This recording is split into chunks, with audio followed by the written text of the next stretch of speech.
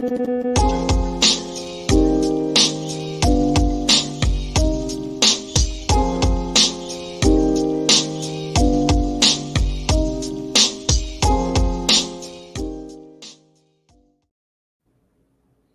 right, we are live. Whoa. Don't sneak up on me like that, bro. Officially, we're live. Hey, come on. You're just be aware, man. It's Freeform Friday. It's Freeform Friday. I know I was texting someone about something, but... Yeah, okay, so what are we doing now? What's the deal? This is this thing we're doing every Friday. It's called Freeform Friday. I don't know exactly what it is because we do answer some questions from the audience, but it's not technically a QA. Right. It's more of a hangout. Right. Limited hangout, as we say in the CIA. Oh, hey, shh. Are we past the 8-second rule? We're past 8 seconds? I don't know. But we it's going to obviously get out of hand because today we are unleashing the Barnes. And before I get heavy into it, I'm going to do my best to try to get super chats intermixed in. But when they get going, it gets really hard to get questions, super chats, things like that in and keep a flow going. So David or Viva always puts a little disclaimer on saying, please don't get your nose bent out of shape, upset, or anything else.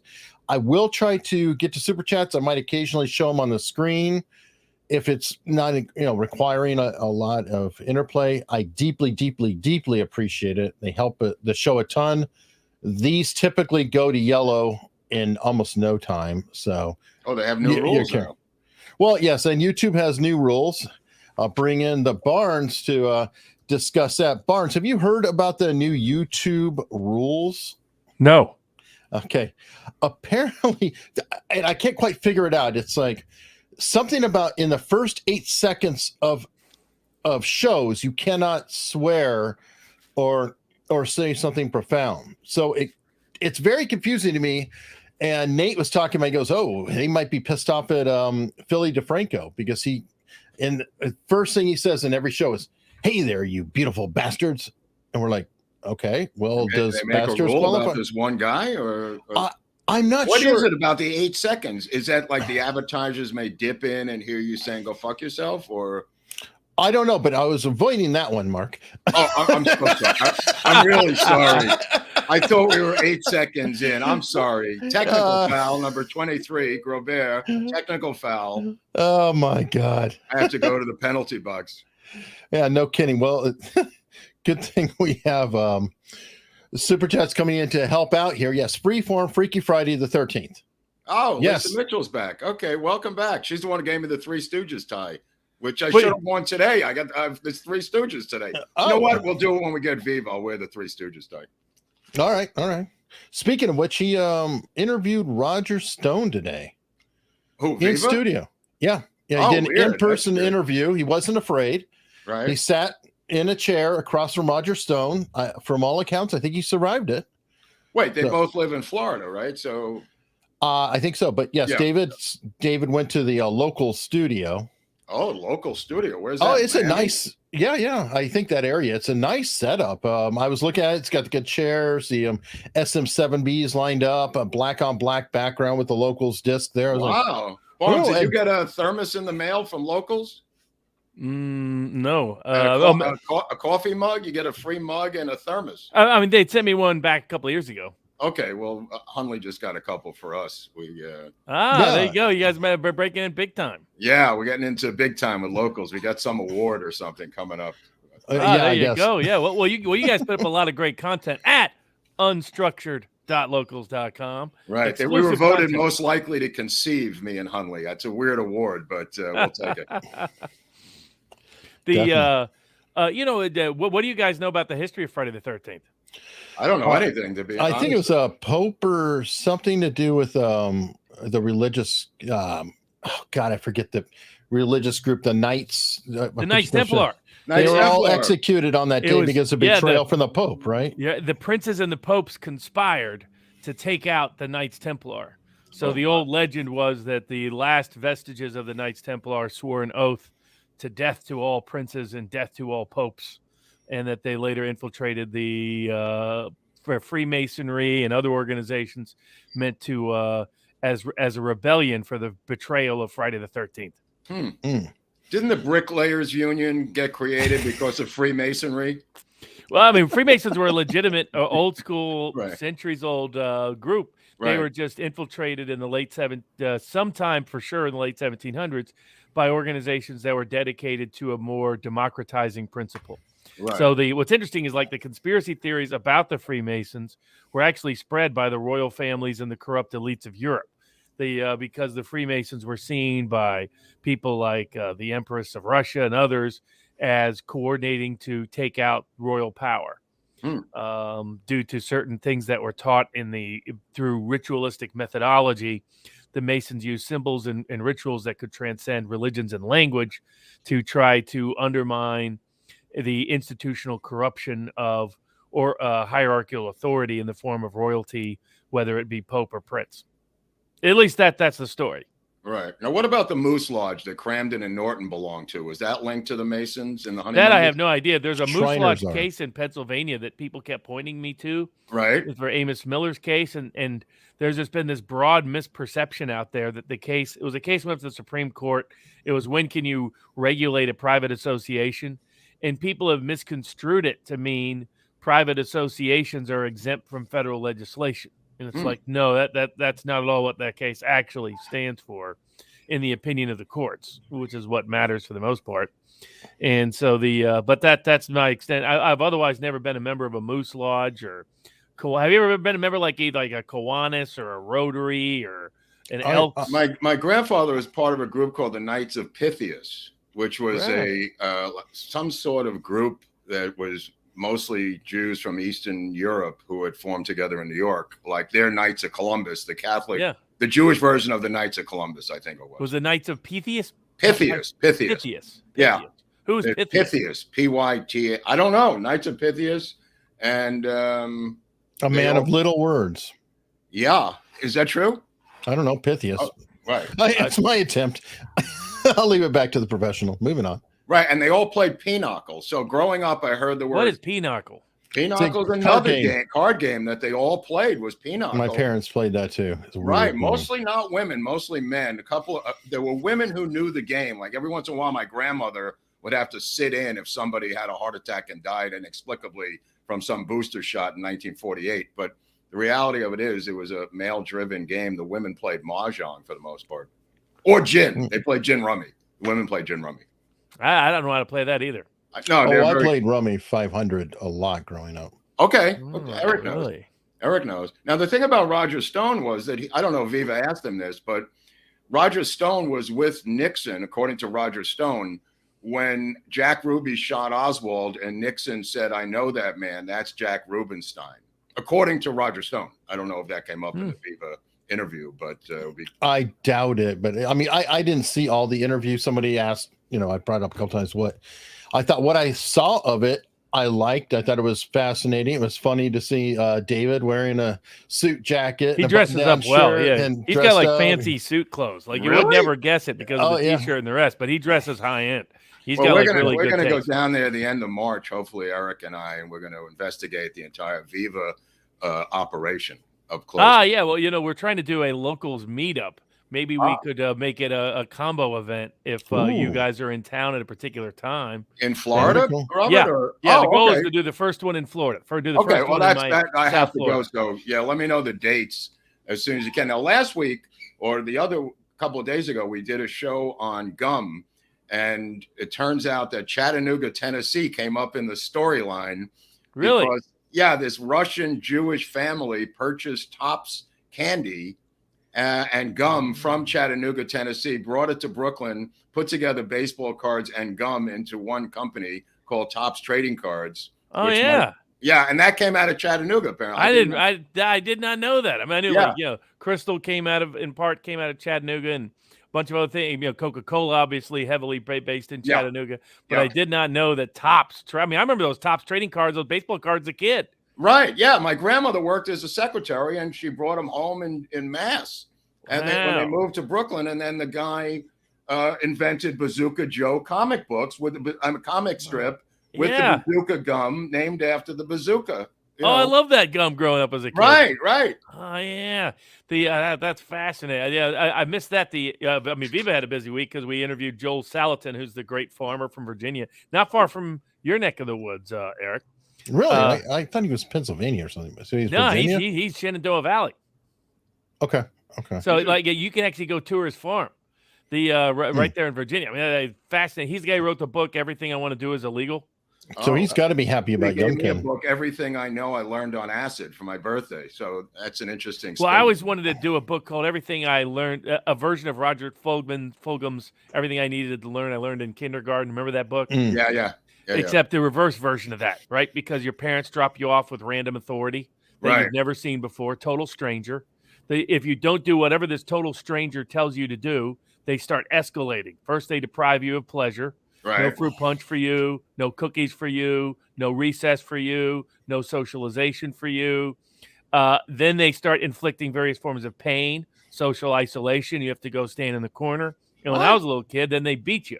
They spank you and the rest. And it's like, it is true, everything I needed to learn, I learned in kindergarten, because that's the state writ large. A random stranger tells you what to do, and if you don't do it, if you don't crap when they tell you to crap, if you don't eat when they tell you to eat, if you don't sleep when they tell you to sleep, they stick you in the corner, and then they deprive you of pleasure, then they inflict pain. And that's basically an introduction to the government. Well, I had a third grade teacher to follow up on that, Mrs. Bromberg, who was upset that I wore my Superman costume underneath my school clothes, called my mother to come up to school and started lecturing my mother, who smacked her in the face and knocked her down.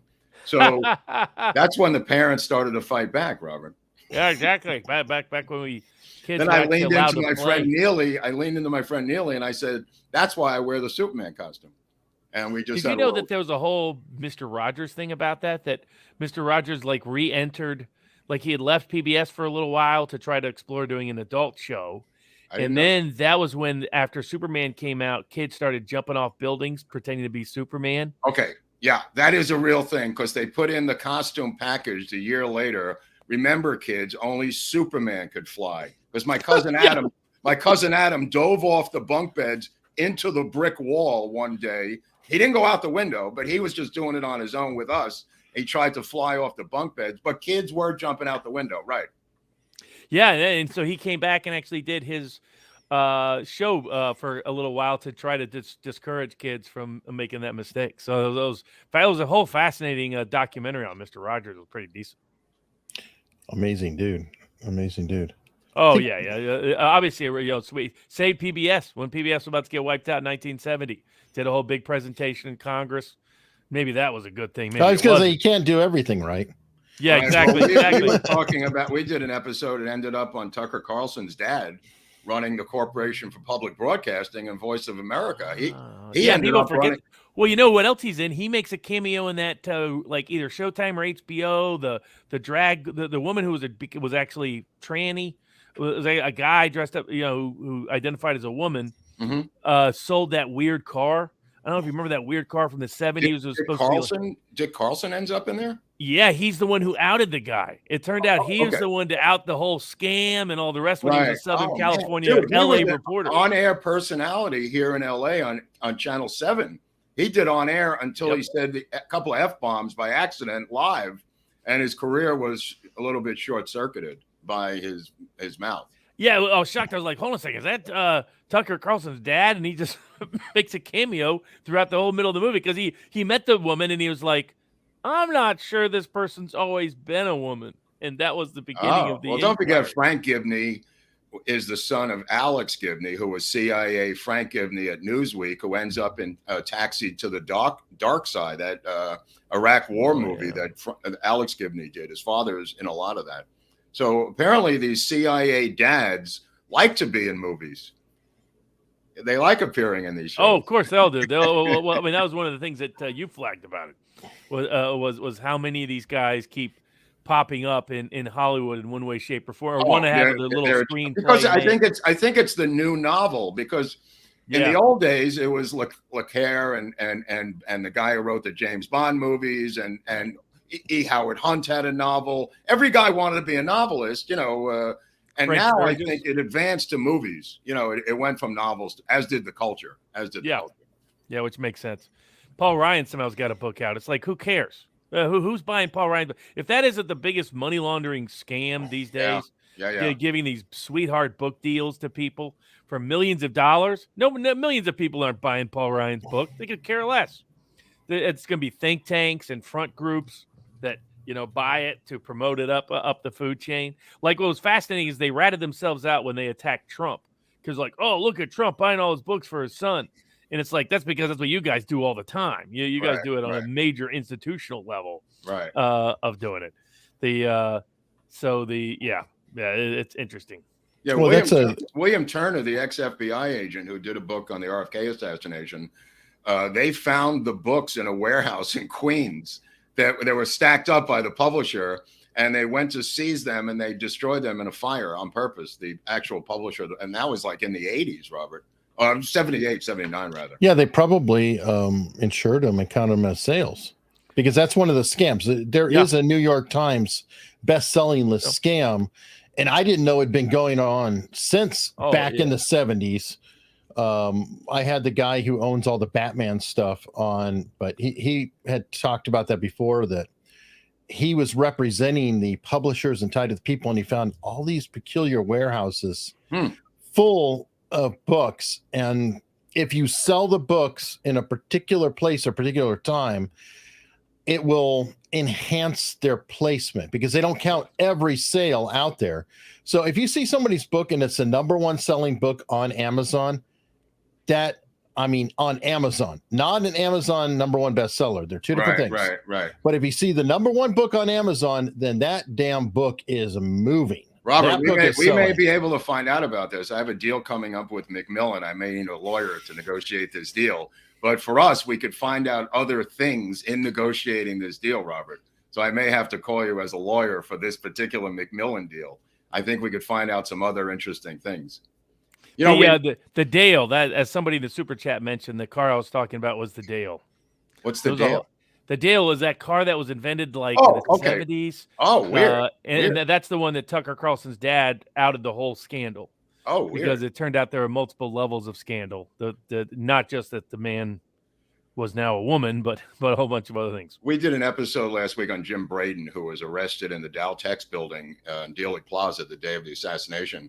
And we went back in his life, and it turns out he was one of these bunco guys who married 12 women, Robert. And one of the women blew the whistle on him, took away his credit cards, his money, whatever, and had him prosecuted and civilly sued him. That case with Jim Braden went to the U.S. Supreme Court. And it was over the fact that the wife, testified against her husband in that case. So and it was a landmark case. About marital privilege? Is that what it was about? Yes. No, look, the chat came through.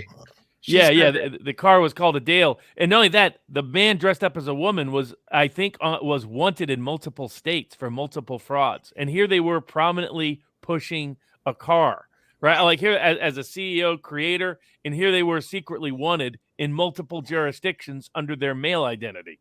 Wow. Well, we had the DeLorean not that long after. The DeLorean was another one. Yeah, that's a whole nother thing because they went after that guy multiple times. He got acquitted. I don't know if he got acquitted in both cases. I know he got acquitted in one case. Yeah. And there's still controversy over what the government was up to in that case. Right. Yeah. I mean, he was burning candles at all kinds of ends, though, right? Yeah, that's my right. I remember watching. I was intrigued by stuff that I did not know. But, did you notice, by the way, G. Gordon Liddy's kid made a cameo in the Kerry Lake election contest? Oh, yeah. No, we were talking about it. Yeah, the good kid. The good kid. The other kid, he's a little busy with his own legal probation issues, right? Well, if you call him a good kid, I mean, he was the one saying, screw you, you don't get a right to vote. I was like, well, that kind of sounds like the old man. There were certain people he didn't think should vote. Oh, the other kid was into some sort of pedo stuff, though. Yeah, he literally was on probation for the typical thousands of bad images. Yeah, San Diego. Really? Oh yeah. That's why I would tell you that usually goes up the family food chain. In fact, the judge let him go because of his prominence in society. Well, Instead of prosecuting him, she went the other way and said, because of your prominence and being a member of the bar, I have to let you go, so you'll just be on probation. Really? Wow. I want Asimov, defense. the famous science fiction writer, his son was one of the biggest collectors of CP in the country. Who? You have a hush on that, and I think Mueller's name comes up. Oh yes, Robert Mueller was neck deep in it. Who? Okay. Who are you talking about? So Asimov's kid was one of the biggest creators, producers, and storers of illegal child activity in the country. He ended up never doing any time, and Robert Mueller arranged all that. And so there's always been rumors that Mueller used it to get a list because the guy was shipping. Give me the over-under on the fat kid in Stanford. How long does he last as a living member of the human race?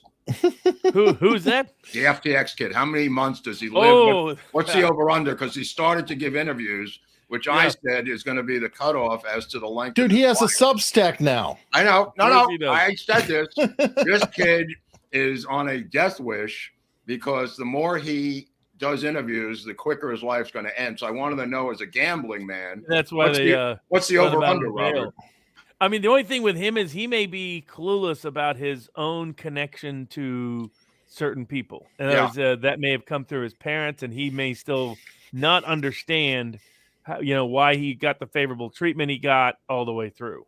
Well, he seems like it's like watching Scott Adams fall apart this week. Whoa. Okay. First off, Scott Adams. I'm so glad you brought him.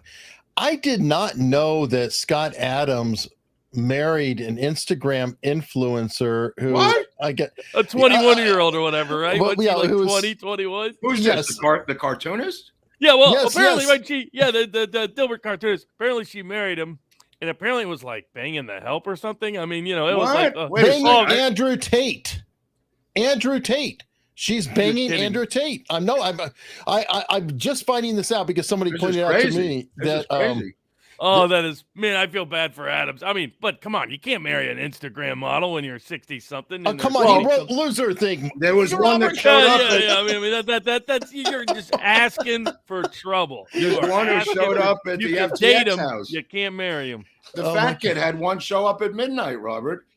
I mean, there's not enough influencers to go around anymore. They're spread so thin. Exactly. But watching him fall apart, it was like, whoa. What happened this week? I didn't see this one. I knew about that. I just found out about that, which happened months ago, but I couldn't believe it. And then finding out that Andrew Tate and his brother were torturing Scott Adams on their show. I did not know that either. Oh, it's like, I'm just finding out. I'm just finding out. That is kind of rough. Robert, is it legal for our government to order another government to pick up somebody and incarcerate them? Because Tate and FTX, both the FTX fat kid and Tate, were picked up on orders by the U.S. government. I remember the story of Red Rodney, the famous jazz trumpet player, who was wanted in the United States for drug smuggling and drug dealing. He had been in Lewisburg in Kentucky, and the federal pen there. He got out, and Nixon sent some people to, I think, Turkey or Morocco to literally incarcerate him, handcuff him to a board, and fly him back on a government plane. And that was a long time ago. That was in the early 70s that they got Red Rodney. So I'm wondering, what is the legality of picking an American citizen up in the foreign country? It came about through two cases. The first was a Pinkerton's case at the end of the 1900s, end of the 1800s, end of the 19th century. And then that case was used for a second case in the mid-'80s, which relates to the famous DEA agent in Mexico. Oh, right. So what was happening, originally what happened is the Pinkertons were kidnapping people in foreign locations and bringing them back. And the question is, did a U.S. court have jurisdiction over someone who was only before them because they had been kidnapped by a private actor? Well, we have bounty hunters now that do it. Dog got the heir to that fortune, literally kidnapped him in Mexico and brought him back. What Revlon or what? I can't remember the. That's not the government. That's a private. And that was the court's excuse, was that they could still have jurisdiction even though the extradition proceedings had not been gone through. Because it was a private actor. So then the question became, what happens when it's government agents? So the DEA agents went down and kidnapped that doctor who was accused of being complicit in the torture of the DEA agent in Mexico. Now, of course, it's later come out that it was the CIA and the U.S. who were heavily involved. Kiki Rodriguez, I think it was, maybe. Kiki Camarada. Yeah, that's it. Right. Camarada. There's a whole four-part HBO or another documentary series that another agent did that it clearly, the show Narcos has a whole season partially about it. Yes. And they hint at the possibility of DEA complicity, CIA complicity, but they don't go fully into it. Well, I had both the guys on who were in Narcos, or the real Narcos on, and Jose, Javier Pena, said they hated the CIA.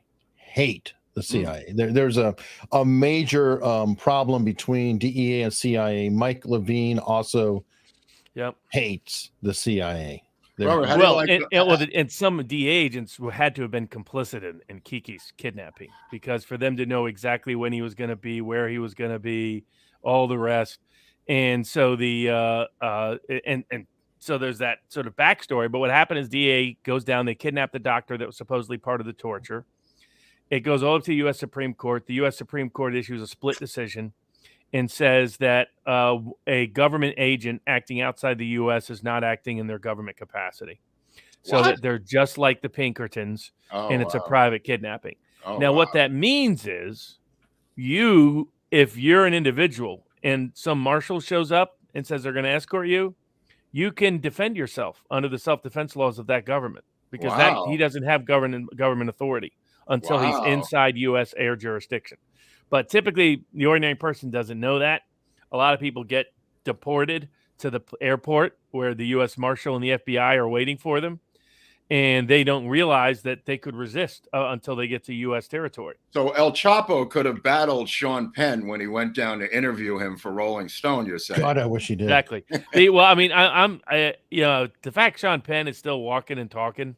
The two things about Penn: one is he clearly, his dad was a blacklisted commie. Right. It's clear he's connected now. I mean, back in the day, maybe not. When he was hanging out with Castro and hanging out with Hugo Chavez and hanging out with Hussein. Well, don't be so sure. Don't be so sure. That maybe he always was. Yeah, now maybe that was his his introductory class. I don't know. Well, he's an idiot like Dennis Rodman. Useful. A useful idiot. I mean, clearly, I think he's the one who ratted out they were able to use his meeting with El Chapo to figure out where El Chapo was. That's why I'm surprised he's still breathing. Well, he's got cocaine and wife abuse. In his closet, he's got some closeted stuff. Oh, a lot of those issues. Present. I remember I ran into his brother a couple of times. He used to hang out at the is it the Ritz that's there at Santa Monica that's by the board, or is it the Four Seasons? Which one is it that you're talking about? Shutters or not Shutters, but the one that's up on the hill, that's overlooks the ocean but isn't on the ocean. Yeah, we tried to help his brother. It was too late at the end. His brother was too far either the Ritz or the Four. Like, they have their own little bungalows. We used to rent, but he used to hang out there all the time because you could smoke cigars in that little corner bar. I don't think you can anymore. No. But I ran into him there a couple of times before he passed away. But yeah, I mean, Sean Penn. I mean, it's amazing how much. I mean, you saw the Golden Globes. He was there to promote Zelensky again. Oh, I had some friends there. I was on the phone with them live, talking to people at the Globes while it was happening. Yeah, that is just insane. I mean, they said it was the wokest event they'd ever been to in their lives, and they've been to a lot of woke events. These people, this thing was the wokest of the woke. And I guess it's ratings or the Golden Globes were on double secret probation for violating the Central Edict last year, banned from NBC because they didn't have minorities on their private board, not awards, nothing to do with that. So they just gave every freaking award they could come up with to some minority group this year. Makes you miss Ricky Gervais even more. Yeah. Yeah. Whoever that comic was, I never even heard of that comic. The guy said, well, he did a nice Scientology bit. I didn't see the show, so I don't really know. Well, I didn't watch the show either, but people serve up the clips, and that clip was pretty good. He essentially, Tom Cruise mailed back his 3 Golden Globes. Oh, wow. To the organization. Well, because, because of the anti-woke. They're so, blah, blah, blah. Right. Well, so this guy said, I got we picked up these awards here from Tom Cruise.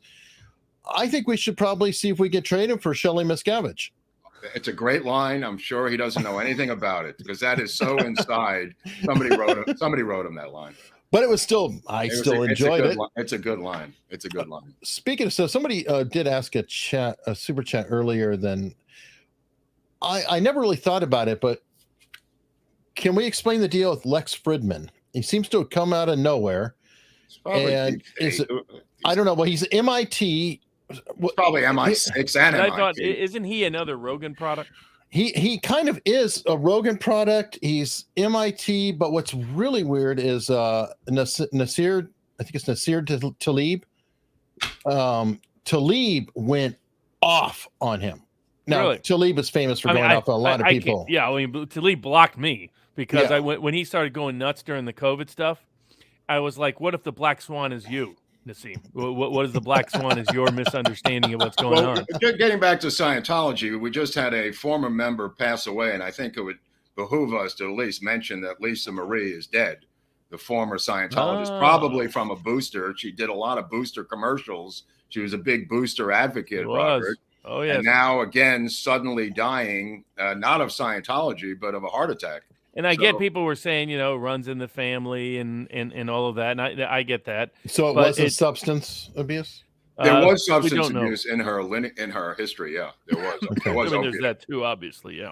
Right. There's opiate abuse there. But this sounds like booster. The fascinating thing about, Elvis was he wasn't really a big cheater. He liked to hang out and, behave like they were still 10 years old. That's how I just heard that recently too, that people would think that he was womanizing, and no, he wanted to watch old movies with these women or what. It was kind of almost innocent. Mom was a little overbearing, maybe. He just wanted to keep recreating his childhood. Sure. Yeah. I mean, like Michael Jackson, actually. Elvis's behavior was similar. It's not a coincidence that Nicolas Cage revered Michael Jackson and revered Elvis Presley. And then Lisa Marie Presley married Michael Jackson. Lisa Marie. I mean, I remember going on a private tour of Graceland with my staff at MTV. Nobody was there. So he wasn't, because when I finished the tour, the guy behind me, he said, "Hey, you notice they didn't let us go upstairs." He's like, "Yeah." I was like, Elvis is right upstairs, man. He's watching everybody. We were sitting in the kitchen, and my photographer, Cleveland Stores from the magazine, opened up the refrigerator. And it was filled with I want to say 100 cans of Diet Coke. And we started laughing, literally 150 cans of just Diet Coke. That was it. And we started laughing, going, look, the king only drank Diet Coke. And all of a sudden, this old man in a bathrobe starts screaming at us, barrels into the kitchen, starts yelling, "That's my goddamn Diet Coke, boys." And it was Vernon, his uncle, who still lived on the top floor, Robert. And we were like, whoa, Pop, take it easy. We weren't going to steal your Diet Coke. And we didn't know anyone was in the house. Wow. And that was in Graceland. They took us on the plane later. The Lisa Marie was the name of the plane. Well, could you still buy little bottles of Elvis's sweat in the gift shop? Yes. We didn't. Yeah, you can buy little bottles of Elvis's sweat. It said little Elvis's sweat. You can buy little bottles of it. Those are my favorite gift shop items. We went in the house. We went in the back where his brother was buried. I mean, there's a lot of weird stuff in Graceland. Yeah. Oh yeah. I mean, the whole jungle room. I mean, I was in the jungle room. Yeah, it was the most crazy decorated place ever. And of course, I guess he was high half the time he lived there. Well, the pool table was in there, and there was damage around the walls, and the pool table was damaged. There was obviously the stuff was going on. Remember, he liked to have all 3 TVs set up so he could watch each of the news at the same time. Right.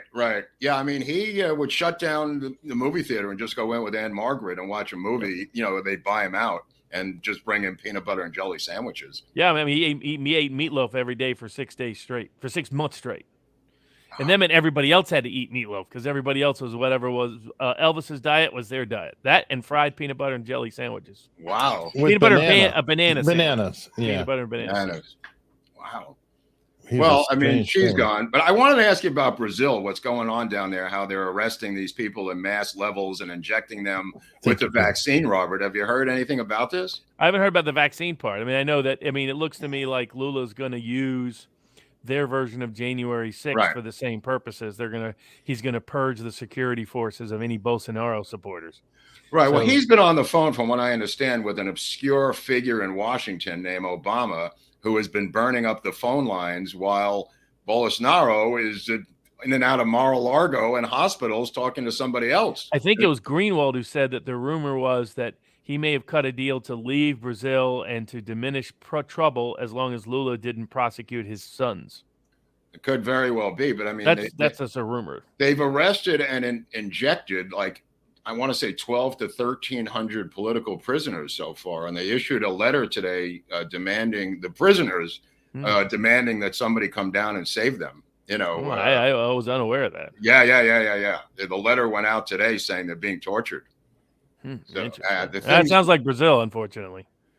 The movie or the country? Both. The movie's pretty good too. The Terry Gilliam. Oh, here's my movie recommendations for the weekend while we're talking about movies. We're going to go with Dustin Hoffman and Lenny this weekend. I never saw that. So is that him playing the famous comic? Yeah, with Valerie Perrine as Honey, his wife. I think you'll like this. And my second recommendation is a movie called Stander, South African film with Thomas Jane, where there's a true story about a cop who's fed up with apartheid and starts robbing banks with a crew in South Africa.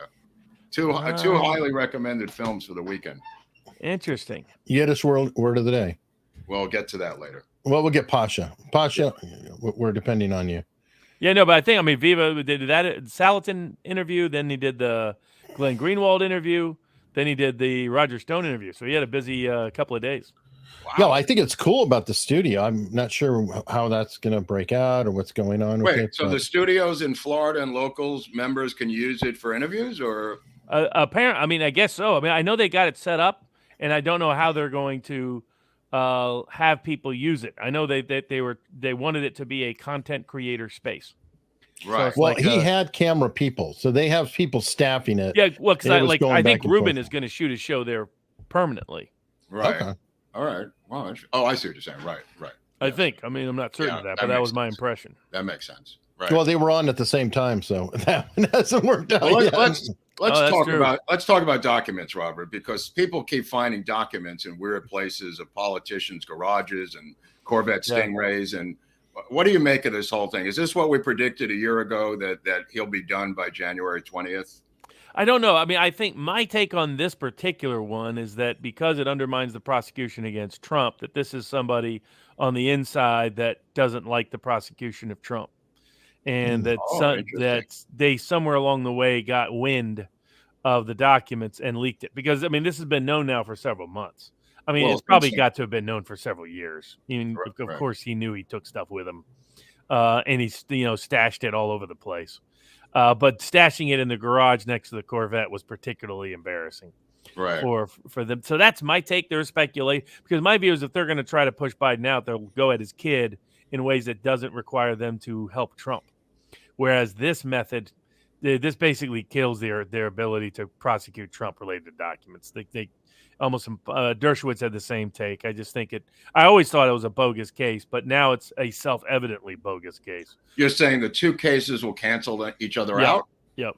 Yeah, they'll have to drop the Trump docs case and just move on. Maybe they hit him on January 6th. Maybe they don't. I think that's the only place they're going to come back to, or they, let the New York case pursue, let the state of New York continue to harass him and try to tag on some additional charges. Right. Very interesting. I have a different take on this. I think he's done. I think they're going to. Uncle Joe. Yeah. The problem is, who do they replace him with? I mean, it's going to be her, and then they're going to have to approve Buttigieg moving into the VP slot after. The problem is, these guys keep screwing up. I mean, Buttigieg gets can't keep the planes. He'll be a ribbon cutting VP, but she needs. Oh, but he's nasty. If he gets the VP, he'll get her out within 6 months. I mean, she needs the full 2 years granted by the Constitution, and then the possible 8 years. So I think we're looking at March or April for this to happen, but. I think the double barrel action of the Republican prosecutor by the attorney general, combined with the attacks on his son, are the pressure you and I have talked about on Biden to push him out. Yeah, I think that's why it's starting now, because the opening salvo is going to be after January 20th, when the 2-year limit begins for her. So you're going to see it move quickly, I think, into February. And I doubt if it's even going to go into March, because it's going to eat at her time clock of being the human first Black woman president. and into the Democratic Hold base. hold on. You missed one. Black woman, Indian. Come on. Oh, yeah. She's a triple threat here. You know, She's a triple she's threat. a oppression Olympic But I champion. think that ticking clock of not being president is going to accelerate the departure of Biden, because she's thinking January 21st, in theory, I could be president if he will just get out.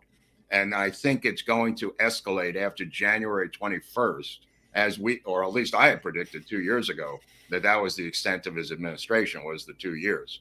So I think we're starting to see, this is my opinion, this coming to fruition, that he's going to have to go quietly into that good night, Robert. I think the hurdle is she and Booty Gay are so unpopular.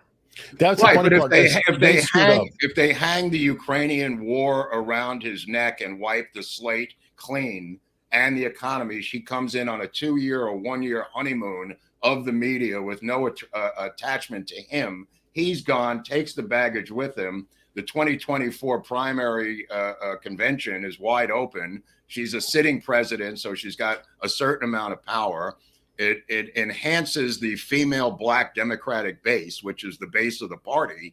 And good luck getting her out of there with that base. But it also, like you said, she doesn't have a base, though, Mark. This is the thing. I know that was the intention, and I've believed that since day one, because she was garbage in the party. She got knocked completely out. Tulsi Gabbard gutted her, but she still got propped in because she's a tool under all these people. Again, you're thinking she's a normal person. I didn't say she's normal. She's a Black woman, and the Black women run the Democratic Party base. That's all that matters. There's no white challenger going to come from. Well, if she's the president, she won't be serious. Right, of course. Yeah. It would never be a challenge. But I think she'd get killed in the general. I just think she's so. Well, that's a separate issue. But what I'm saying, we're just talking about the documents, Biden leaving, the Ukraine war collapsing around him, the collapse of the economy. She comes in like on a white horse, or a black horse in this case, and rides off, and with a honeymoon of a year, Robert, from this media. Right. I mean, it's not. That's my take on it. I think they've wanted to do it. It's just I think what's held them back is the surprise at how unpopular she keeps being and how incompetent she is. That's my problem. Is I think she's worse than they anticipated. I don't think they care about. I think competence is not really a thing. She's got an 88 to 90% approval rating among Black women. I don't know if people realize that. Oh, yeah. With the Democratic Party, she's fine. It's off the I just think if I'm the deep state, I'm nervous that Trump beats her easier than he beats Biden currently.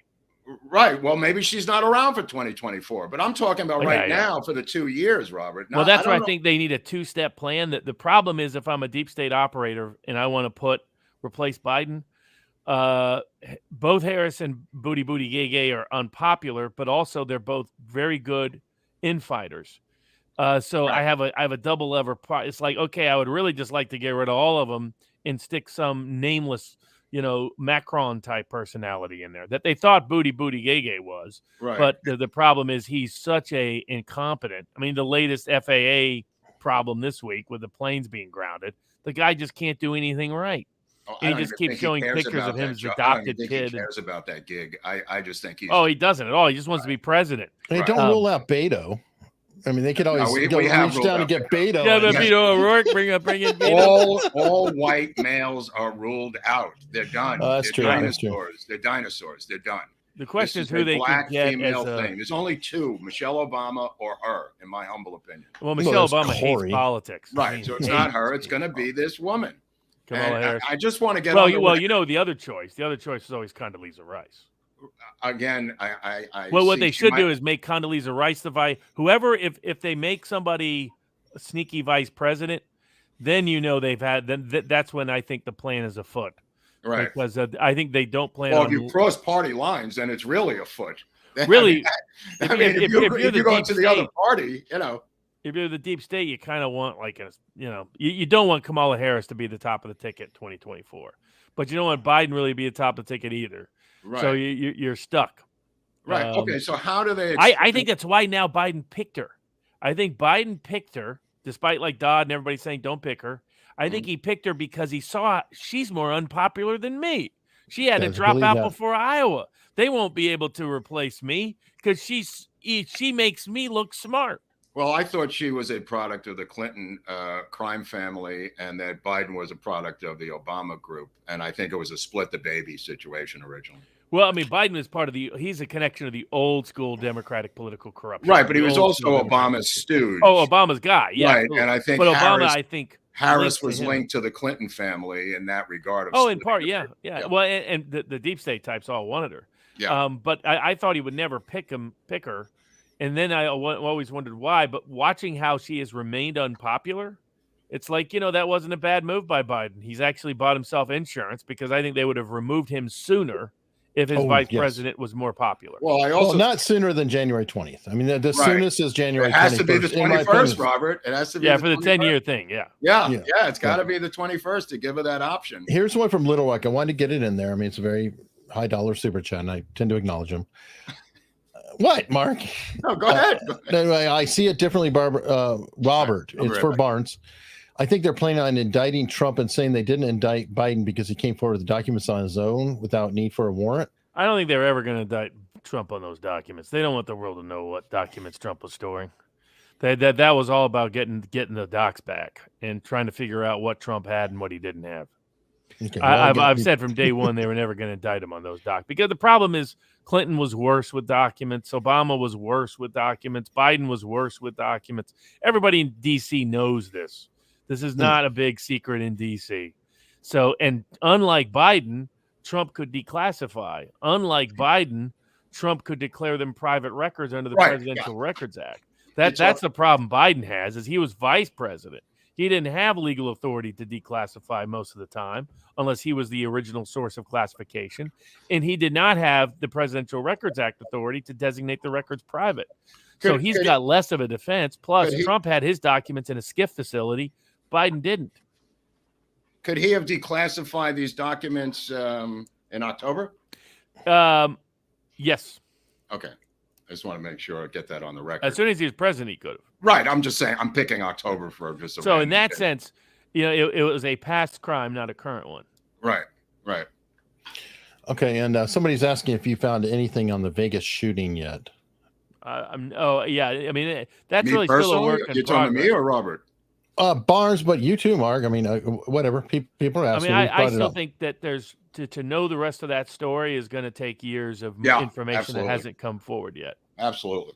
I mean, the oddest thing about the story is the Saudi presence in the hotel on the floor that they owned. Well, and the sheriff that covered it up is now governor, so he got right. Yeah, what could happen there? I mean, what an odd situation. Yeah, he got his payoff. Who would you prefer to see as a VP candidate, Robert, for Trump? Matt Gaetz or Kerry Lake at this point? Kerry Lake. I think the problem is your name, Robert. Let me ask him. Come on. Hold on. I think the problem is them not holding elected office. I still think Trump is best off with DeSantis on the ticket. Oh, okay. I think a Trump-DeSantis ticket unites the party, especially now that there's been this purported split. That makes them coming back together much more effective. Could Matt Gaetz be the governor of Florida? Well, that's why they took him out. He was going to run for statewide office. Right. Maybe ag commissioner, something like that. That's when they came out with the whole he was dating underage girls story. Right. That whole story was, and of course, it turned out the whole story was fake. They dropped all the accusations. It was a bogus extortion attempt. But what did it do? He backed out of running for statewide office. Right. So is Matt Gaetz, because of his heroic opposition to McCarthy, finished in the House on committees and everywhere else? No, I think he'll still continue to build. I think you'll see McCarthy. McCarthy's not that kind of bitter, resentful guy. Okay, all right. McConnell is, but McCarthy's not. The one upside to McCarthy, the downside to McCarthy is he's very weak and he's an institutionalist. The upside to him is that he's very weak. Is that he's not someone who knifes people after like a lot of people thought. I was one of the few people saying they're going to pass these rule reforms and they're actually going to create a church committee. Right. And a lot of people were saying, no, that's not going to happen. I understand why. I knew some things that they didn't know about what was happening behind the scenes. But if you know McCarthy, you could know actually that kind of thing would come about. Now, a lot of people still don't know. I guess, maybe I guess it's not technically in America's untold story, but it's amazing the number of people don't know about the First Church Committee and its significance and consequence, etc. On that note, somebody asked Mark that we do an episode on that, and I don't think that's a bad idea. We might do that. I mean, there's a lot of great moments, and there's clips, and I mean, there's a part that is untold. People don't know Frank Church was the first guy spied on by the National Security Agency. Right. That was the source of his impassioned. Well, let me ask you this. Maybe we'll get to the episode, but is Massey going to be Frank Church, or who is going to be Frank Church in the new version? Jim Jordan. Oh, that's even better. Wow, that's even more fun. Yeah, now, is he compromised by big tech, Robert? He's deeply aligned with big tech, but in this context, the focus is entirely on what the government did. So on that, Jordan will be just fine. Not the collusion of big tech and the agencies, or more of what the government told big tech to do. His focus will be on the government censorship being bad and the government's collusion being bad, rather than big tech being bad. In other words, that he'll see big tech as a victim rather than a co-complicit party. I disagree with him on that, but that's for our church committee purposes. That's fine. Well, we have learned from the Twitter files that there was pushback by big tech. Yeah, there was. There actually was. I mean, a bunch of even lefty Twitter people were like, "Russiagate is fake. This part is fake. This didn't happen. So on and so forth." So that's why I think Jordan is good. Jordan is a very skilled investigator. So if he puts his mind to it, and Massey's going to be on that committee. Massey's good. I hope MTG is going to be on that committee. I hope Matt Gaetz will be on that committee. If people like that are on that committee, it's going to be a lit committee. Right. And there's a lot of stuff for them to get that the government's hiding. So, I mean, they are going crazy on leftist media about just the idea of investigating the CIA. They sound like complete psychopaths. Isn't it crazy how it's crazy status they've become? I mean, they become like commies defending the KGB. Right. Yeah. Wow. Speaking of the KGB, apparently the Russian Air Force is about to begin their part in the war, Robert. How do you think this is going to play out? Well, and their naval forces. I forgot about the naval forces. So there's a lot of naval activity, sub-activity in the Black Sea. Wow. What McGregor has been predicting is that there would be the Russians would wait slowly, wait for full winter to set in, and launch a major attack. Right. Now, the major attack, which I never thought of, is including saturation bombing. Oh, yeah, absolutely. The whole 9 yards. I mean, not only all the missiles taking out their infrastructure on a daily basis, but basically unleash the Air Force, unleash the Navy, which a lot of that would be bombing, would be missiles and bombs. Now, I'm predicting that they're going to go for a buffer zone, including up into some portion of the Warsaw Pact nations. How far do you think this buffer zone goes, Robert? I think if it was up to Putin, they would just take back the Donbass. Right, I know, but it ain't up to him anymore. I think if they go further, I think he'll try to limit it to Kharkiv and Odessa. What he would like is territory that is dominated by Russians.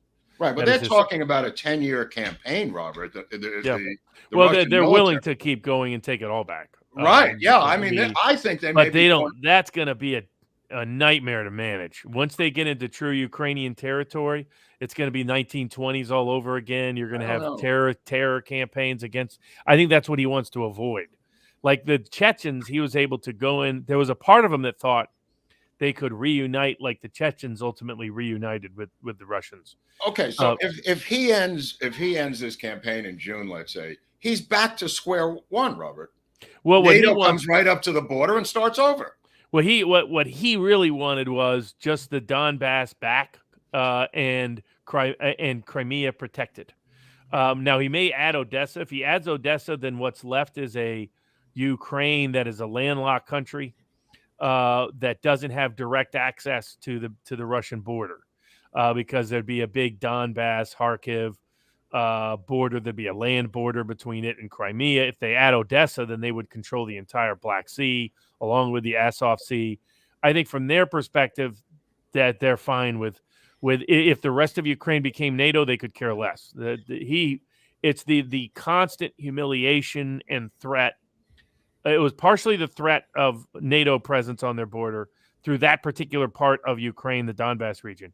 But it was more the constant humiliation of Russians in Ukraine that I think drove Putin to launch the Right, but conflict. he's not going to be around forever. I mean, this No, may be his no. final campaign. Well, his other people will be more aggressive. If That's what I'm getting at. Medvedev, who's now moved over into the military-industrial complex, who's overseeing the creation of industrial arms. If it was up to other Russians, they would take back more. No question about that. Right. Well, I don't think they're done, is what I'm saying. I think Putin will do what you just described and then pass the baton onto Medvedev, and I think they're going to go for a buffer zone. The only thing is that, I mean, the whole Chechen experience, well, at least would heavily shake Putin.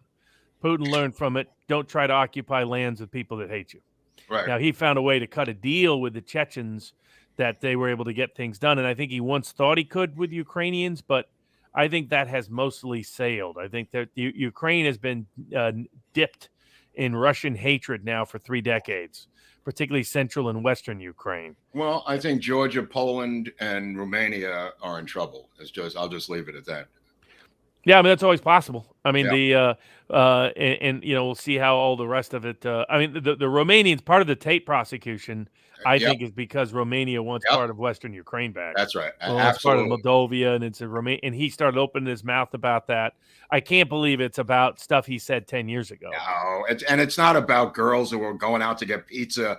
I mean, give me a break. Give me a break. I mean, the idea that those girls in the webcam business, the allegations against them are so vague. It's right. Like, what exactly happened? Well, I like when these girls start chirping on Twitter about how bad these guys are. They seem to come out of nowhere every time there's another Jordan Peterson masculine something. They just seem to surface.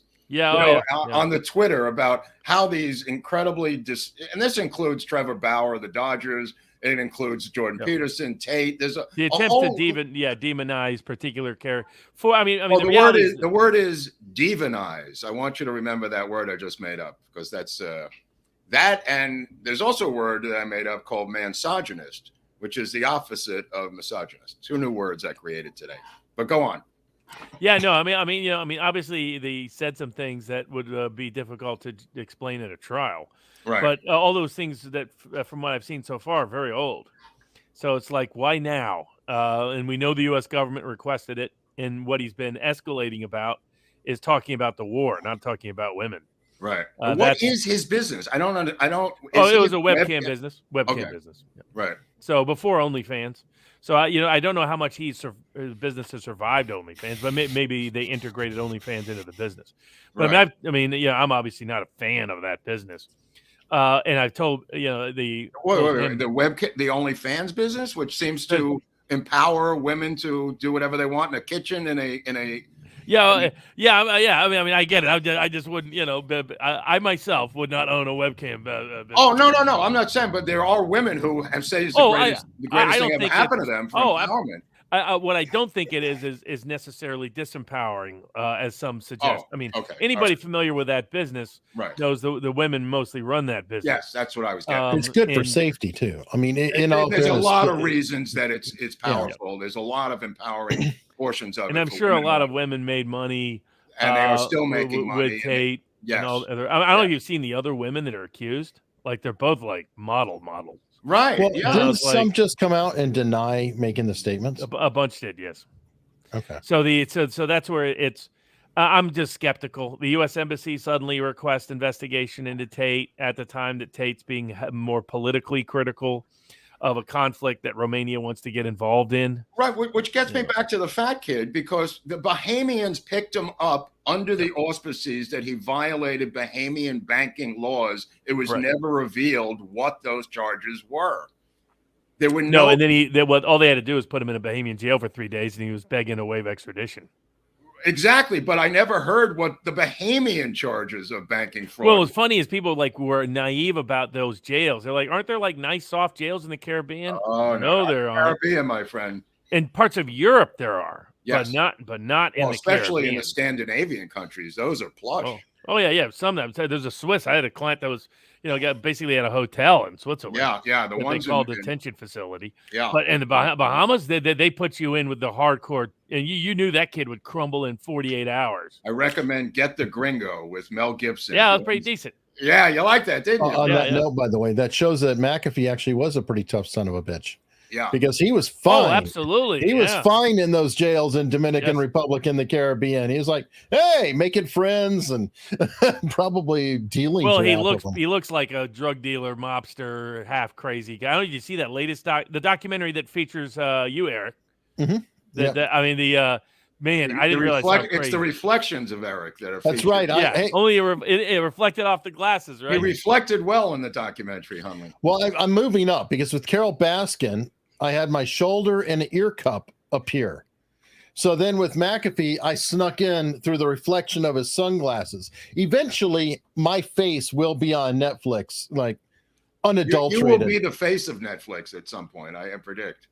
Yeah, right when it's burning down. It'd be like, yeah Netflix is now taking the course of my I just want to ask you about UFOs, Robert. I found this book the other day, and I'm wondering, There's Whiplash. This is a rare book by Kevin Randall, The History of UFO Crashes.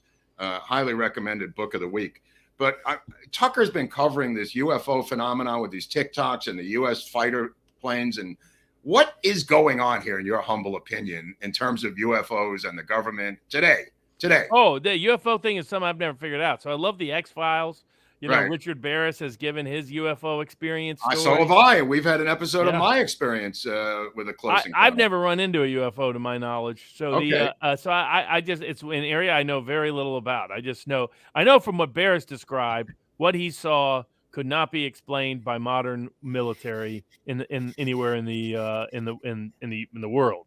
Right. Outside of something else. I did start to watch that Graham Hancock Netflix series, Ancient Apocalypse, about pre-human civilizations. Oh, I'm going to watch that too. Yeah. That was fascinating. Yeah, I just started watching one of the episodes. I was like, yeah, pretty good, pretty well done. Right, but Tucker's been on the forefront of this thing for 2 years now, putting on these pilots who were U.S. Air Force pilots filming these unexplained. And I've heard the same thing.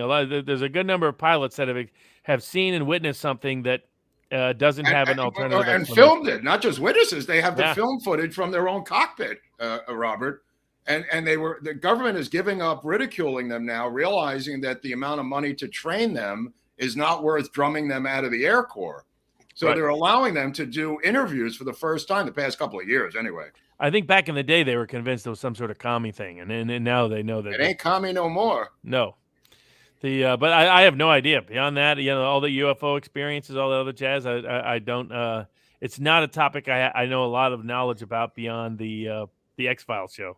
Right. Well, the X-Files will explain it all. Yeah, you don't have to. The X-Files is great. Oh yeah, it's great. I mean people forget the Lone Gunman show.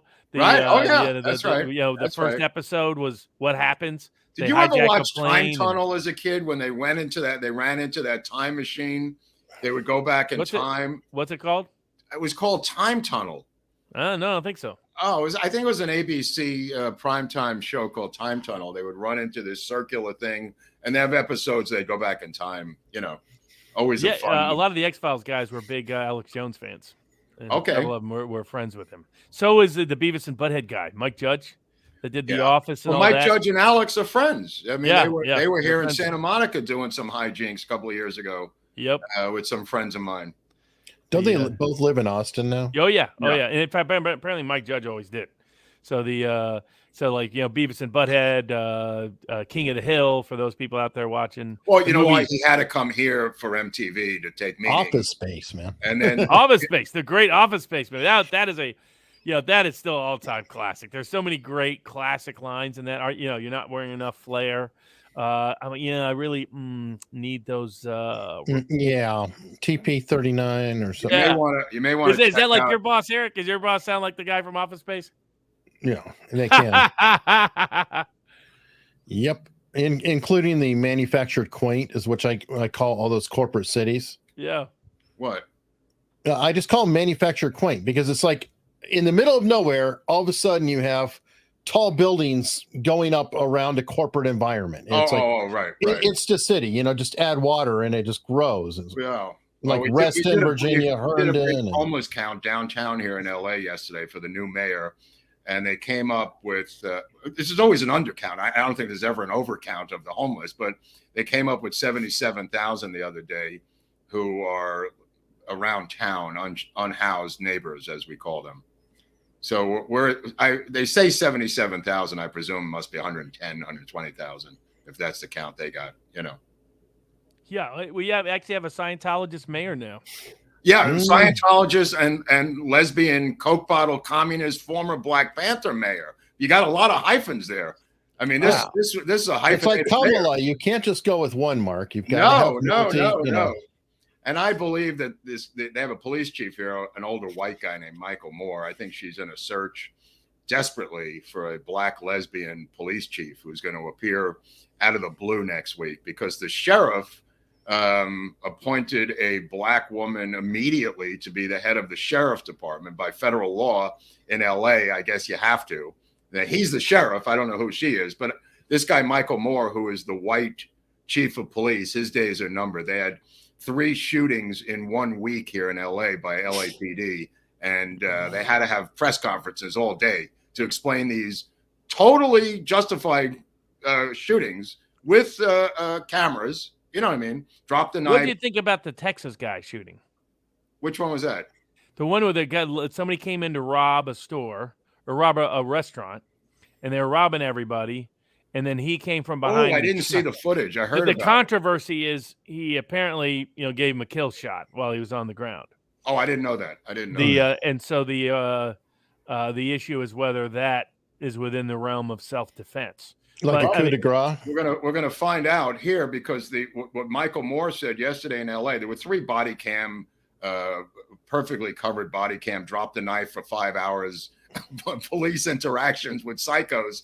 So Michael Moore says we need the new team of sociologists to come in and interface between the police and the guy with the knife, so the guy with the knife can hack the sociologist to death before the police taser them or shoot them. I guess I'm not really sure how the team of sociologists are supposed to interweave in the police activity. Robert, maybe you understand how they physically work. Somebody's quoting the old Marley song. I shot the sheriff, but I didn't shoot the deputy. What is it? Which is a great line, but Right. well, because it's one of those you sit there and think about it for a little bit. But wasn't it after he was shot? He sang that song. He did that song, Marley. Because what he shot like right at his front doors of his house. Somebody showed up at his house. I remember him being shot. He went to the hospital, and was it him or or his son was Ziggy shot? I think it might have been Ziggy. I don't remember him being shot. But what do I know? I was a Toots and the Maytals fan more than they were. Oh, did you see Viva was on Megyn Kelly about the Alec Baldwin case? Yes. Yeah, we did see that, and we got a heads up this week. We got a heads up this week, Robert, that the special prosecutor in 2 weeks is going to do something. So you think an indictment's coming up? Yeah, I think everybody gets an indictment in 2 weeks. Everybody. You get a car, you get a car, you get a car, you get a car. Probably reckless homicide for Baldwin. Yeah. Everybody. Boy, that's going to be a big trial. I know. I'm going to try to get down there and cover it in Santa Fe. That's good. No reason why he couldn't go to trial pretty quick. He should go to trial within 6 months. I mean, all the facts relatively known. Right. Yeah, everything's relatively known. They've already experted up, and the special prosecutor's in place, and I guess, Baldwin's people may drag it out. That's the only thing I could see. You see Baldwin trying to re-angle himself as really a conspiracy theorist that they're trying to take out. Yep. Isn't that great? His new script, I'm not an institutional lefty. Well, we have sources that have told us that he watches our shows religiously. So, and you saw some of his commentary on the Cuomo stuff when he was interviewed by Cuomo. It's like he's trying to go the whole, I've been trying to expose the system, and that's why the system's coming out. Well, he's a JFK expert too now. Yeah, and he always believed that was a conspiracy, the JFK assassination. Okay, so which is a worse pairing on that? Chris Cuomo and Alec Baldwin for douche on douche crime, or Prince Harry and Stephen Colbert? Oh, that I don't know. Oh man, that is a douche competition. But if we say that Oswald had that rifle, don't forget that Alec Baldwin's father was the rifle instructor at Massapequa High School for many years. Wow. So there were rifles all around that house for years and years and years as the rifle instructor of the high school. Peter Tosh was murdered in his home. Yeah, it wasn't Marley. It was Peter Tosh. Yeah. Interesting. I think it'll be that. Bob Marley was shot sitting on his porch during an election in Jamaica. But it wasn't shot by the cops, was it? Or was no. They in fact, right, I think he never ratted out who it was. Right, exactly. Right. I mean, this is going to be interesting because if they follow the Allman Brothers Midnight Rider model of indicting everyone, which I'm sure they will. That's what I think they will do. Yeah, the same, and the other movie case that's similar. Now, don't forget the John Landis case, the Vic Morrow head chopping L.A. helicopter case. Landis stood trial. It was a long trial and was acquitted, Robert, here in Los Angeles, in the Twilight Zone movie case, which is a pretty close version of what happened to this. Did I understand right that they acquitted or didn't come to a verdict in Harvey Weinstein on the Gavin Newsom's wife's allegations? They convicted him on other stuff, but yes, absolutely. So they basically didn't believe her, Gavin Newsom's wife. That's true. The governor of California's wife. Right. They think made up the allegations of why she banged. Well, Harvey. She was so shaky and so ripped to shreds by his attorneys on the stand, from what I read. Because she was like reaching out to him. Hey, how you doing, buddy? Da, da, da. Well, not only that, she said she told her husband, who did nothing about it, that he raped her, and some guy named Gavin Newsom apparently still took campaign contributions from him despite the rape of his wife. That's a classic Democratic conundrum, right? It was like I was kidding Viva that a Jewish conundrum. The best car deal is the Nazi car. So right. You vote. It's a Volkswagen. So do you get the Volkswagen? It's the best deal, but it's a Volkswagen. It's the German or Nazi car. The bad food at the resort hotel and the portions being so small on top of it. Yeah, exactly. So, but like your Gavin Newsom, take the donation. He raped my wife. Take the donation. He went from a $250 billion surplus to, after the election, we're now in a $25 billion deficit in California, and no one knows what happened to the budget. Everybody's still wearing masks in courts in California. I was in a court call today, and everybody was in a mask. Oh, yeah. Holy moly. Yeah, the library still does it here. Public library. My favorite part, I don't know if we discussed I was on a court call a couple of weeks ago in California, and the guy didn't have a shirt. He just put the tie on and somehow thought it wouldn't be recognized that he didn't have a shirt. And wait. He had no T-shirt either? No. That's insane. A jacket, a tie. Oh, he had a jacket, no and shirt? And a tie. Apparently the shirt got damaged or something, apparently was the story. But he apparently thought this would work. And are you sure he wasn't the stripper? No, it was no. But the judge, I mean, he was an older gentleman. The judge just went ballistic on him, ordered show cause why he shouldn't be held in contempt. And so everybody else was then paranoid that was on the call because a bunch of them.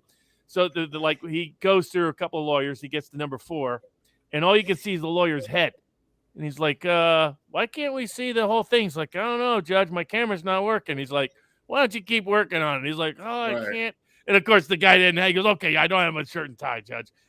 He was trying to hide it just by moving the camera. I was in that Superior Court a year ago. The defendant did not show up. It was just me and my lawyer and the woman judge. That's it. And the judge is sitting there, and my lawyer is wearing a mask. She tells me to sit in the jury box by myself. There's nobody in the room to separate from all two of us. Social distancing, right? Yeah, of course. Right. So I'm sitting in the front row of the jury box with a mask on. And I lift it up to take a sip of water, and nothing's going on. And all of a sudden she says, if you do that again, I'll have you removed from the courtroom. And I go, I didn't even know she was talking to me. I go, what? And she says, do not remove your mask. If you have to take a sip of water, leave the courtroom. Little crazy, Robert? Yeah, I know. They are nuts. I mean, these California judges love these masks and social distancing rules. And I had to do a whole trial where the jury was separated out throughout the whole courthouse. I was like, this is no way to do a case. Wow. I mean, judges love the COVID stuff more than anybody. Oh, right. Well, it gives them unlimited power. Is really they love power. They love power more than COVID, I think. Yeah, exactly. I mean? Yeah. Wow. Hey, let me get some super chats through. Yeah, go ahead, Huntley. What do you got? All right. What's the truth of the World's Fairs and their hidden histories? The World Fairs? Yeah, I mean, I know about the World Fair. I went to the one in Knoxville in the 80s, but I went to one in Flushing in 1964. Do they even do it? When was is it done anymore? I think they still do it, but they may call it something else now, mm-hmm. like convention or something or another.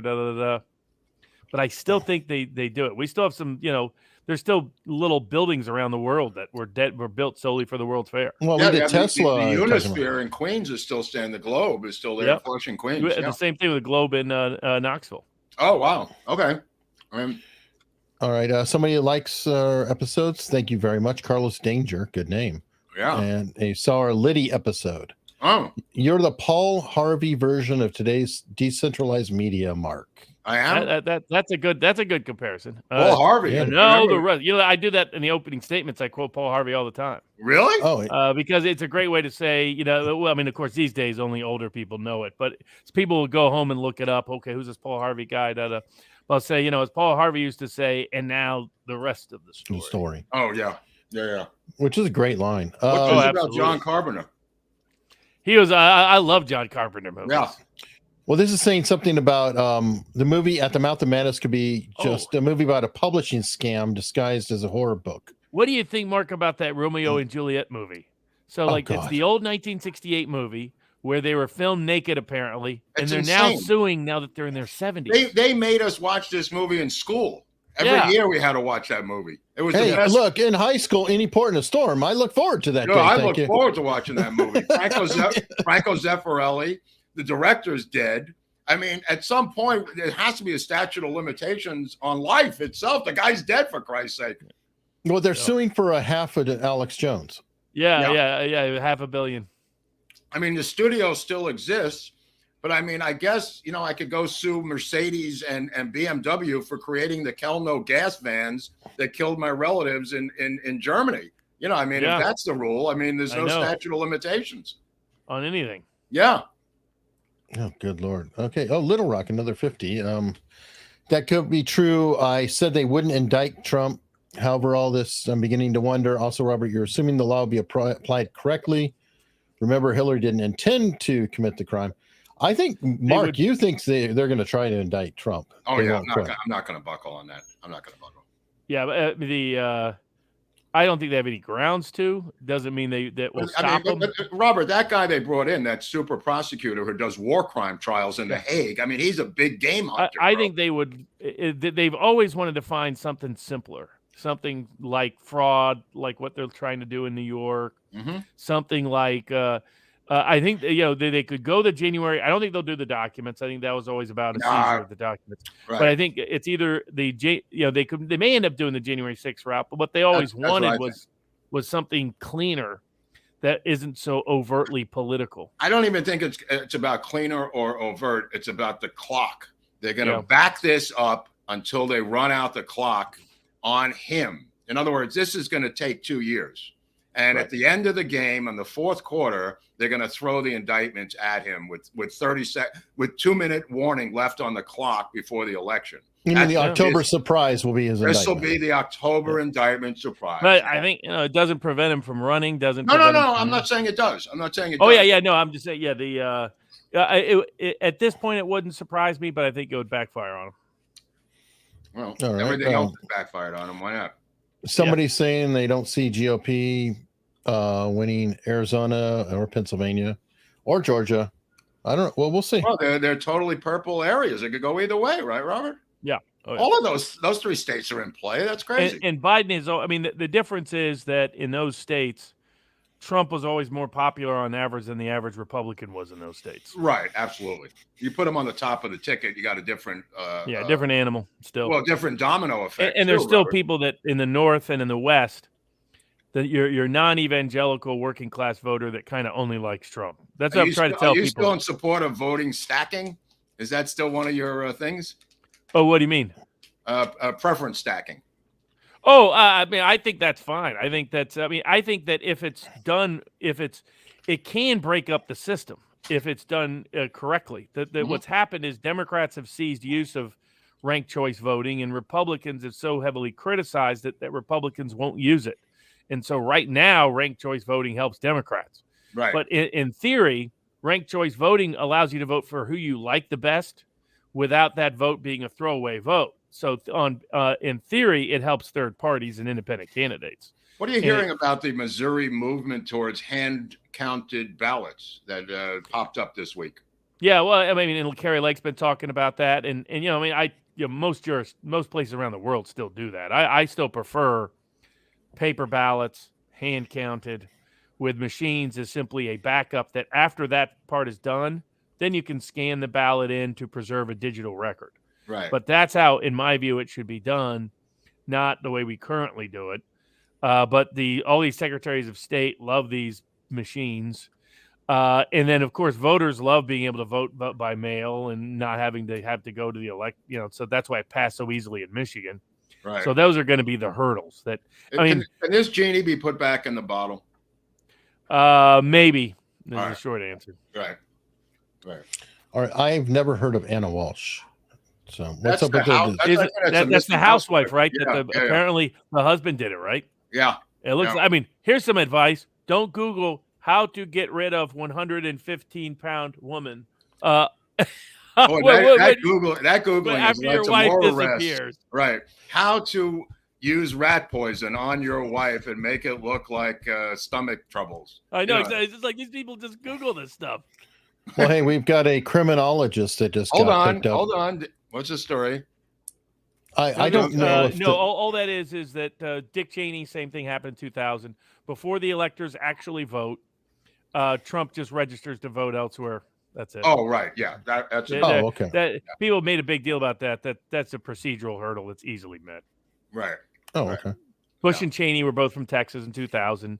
Cheney re-registered to vote in Wyoming a week before the electors voted. Let me ask you something. What hurdles do you have to pass constitutionally? Did Rockefeller have to get Senate and congressional approval, a majority for vice president, Robert? Yeah. I mean, he was made vice. That's right. Wasn't he Ford's vice president? That's what we're looking at now. Is that Senate confirmation only? The Senate. I thought it was only Senate. That's what I think.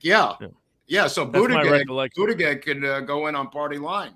Oh, absolutely. Yep. Okay, well, that's terrifying. But Harris, I don't think Harris will ever let him be VP.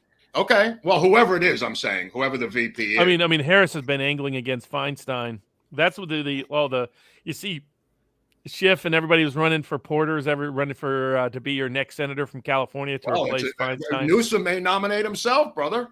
Of course. He could handpick himself in one of the ballsiest moves in the history of politics.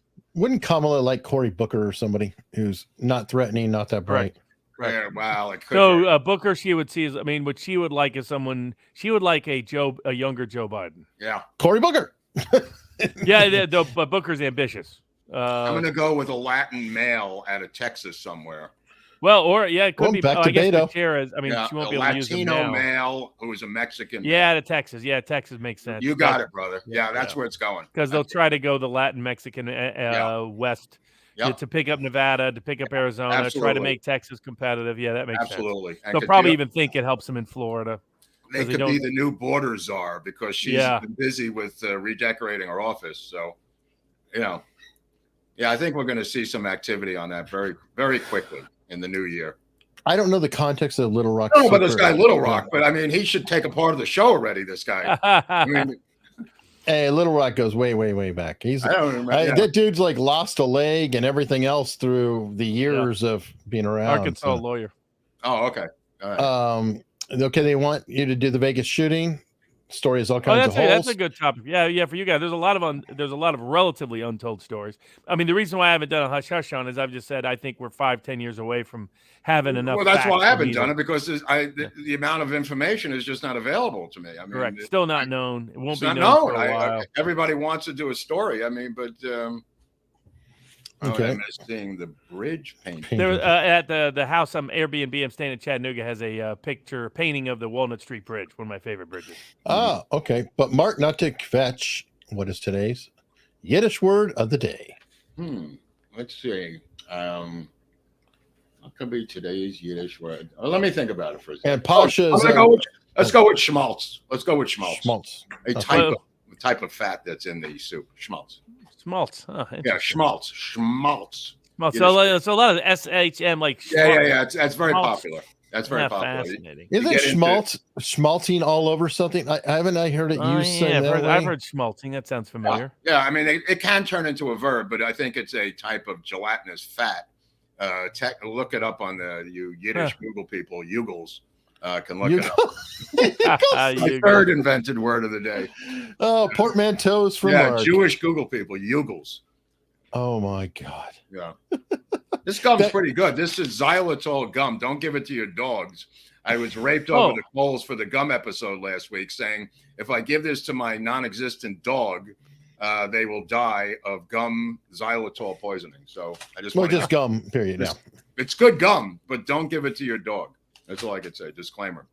All right. Apparently, the relaunch of X-Files even had a COVID-like episode. Is that true? It also had a great AI episode.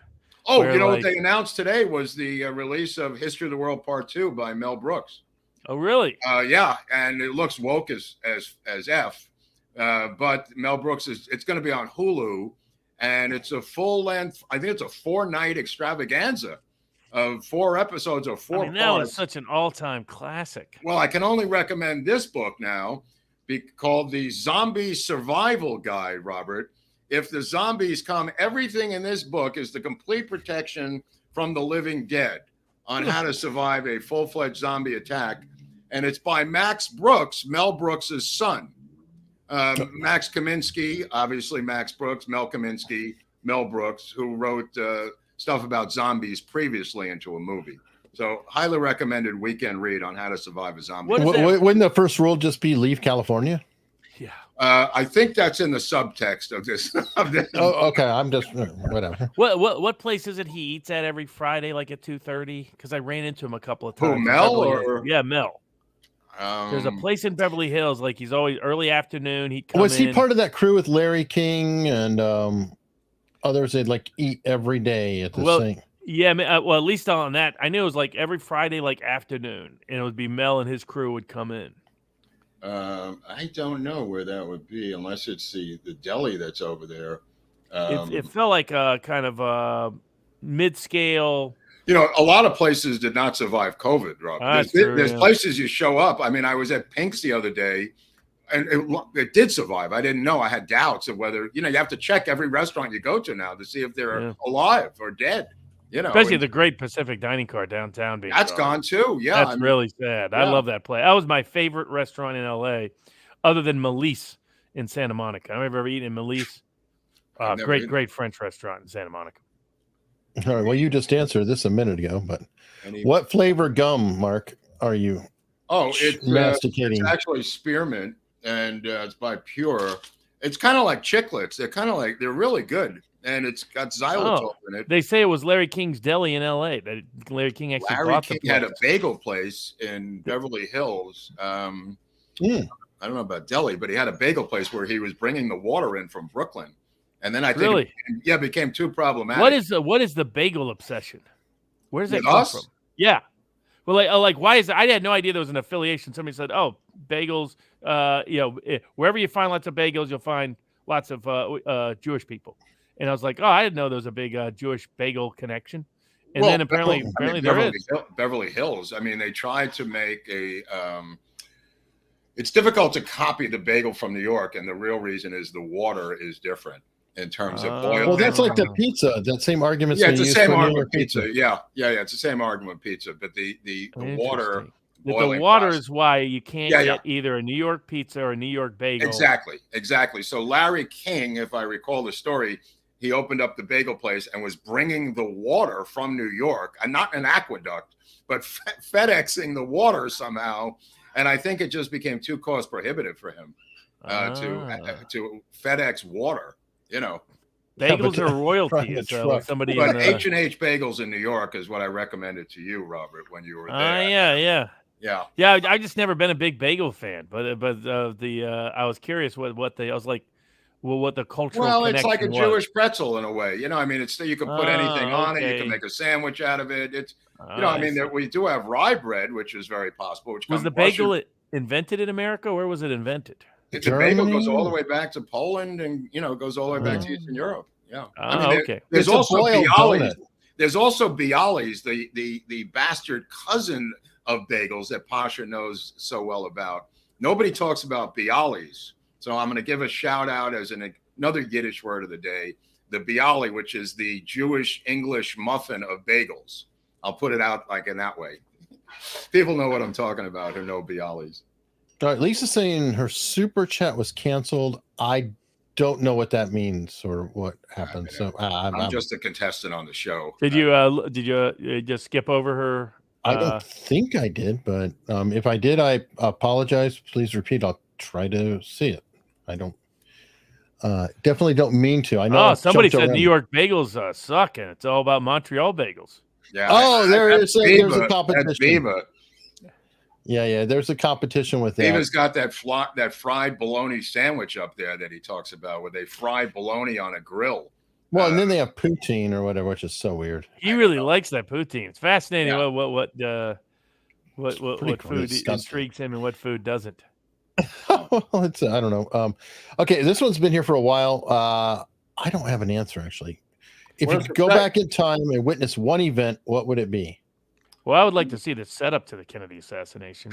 The setup the day before, or the setup where? Or like the hour leading up. You know, to track it, watch it in real time. Wow. Where would you position yourself? That you would know that better than I. What would be the best place to get the Eagles' obviously, I think the overpass where Eric and I were. Yeah, I think you're you right. Can see everything other than the overpass. The roof of the school book depository, looking down at everything.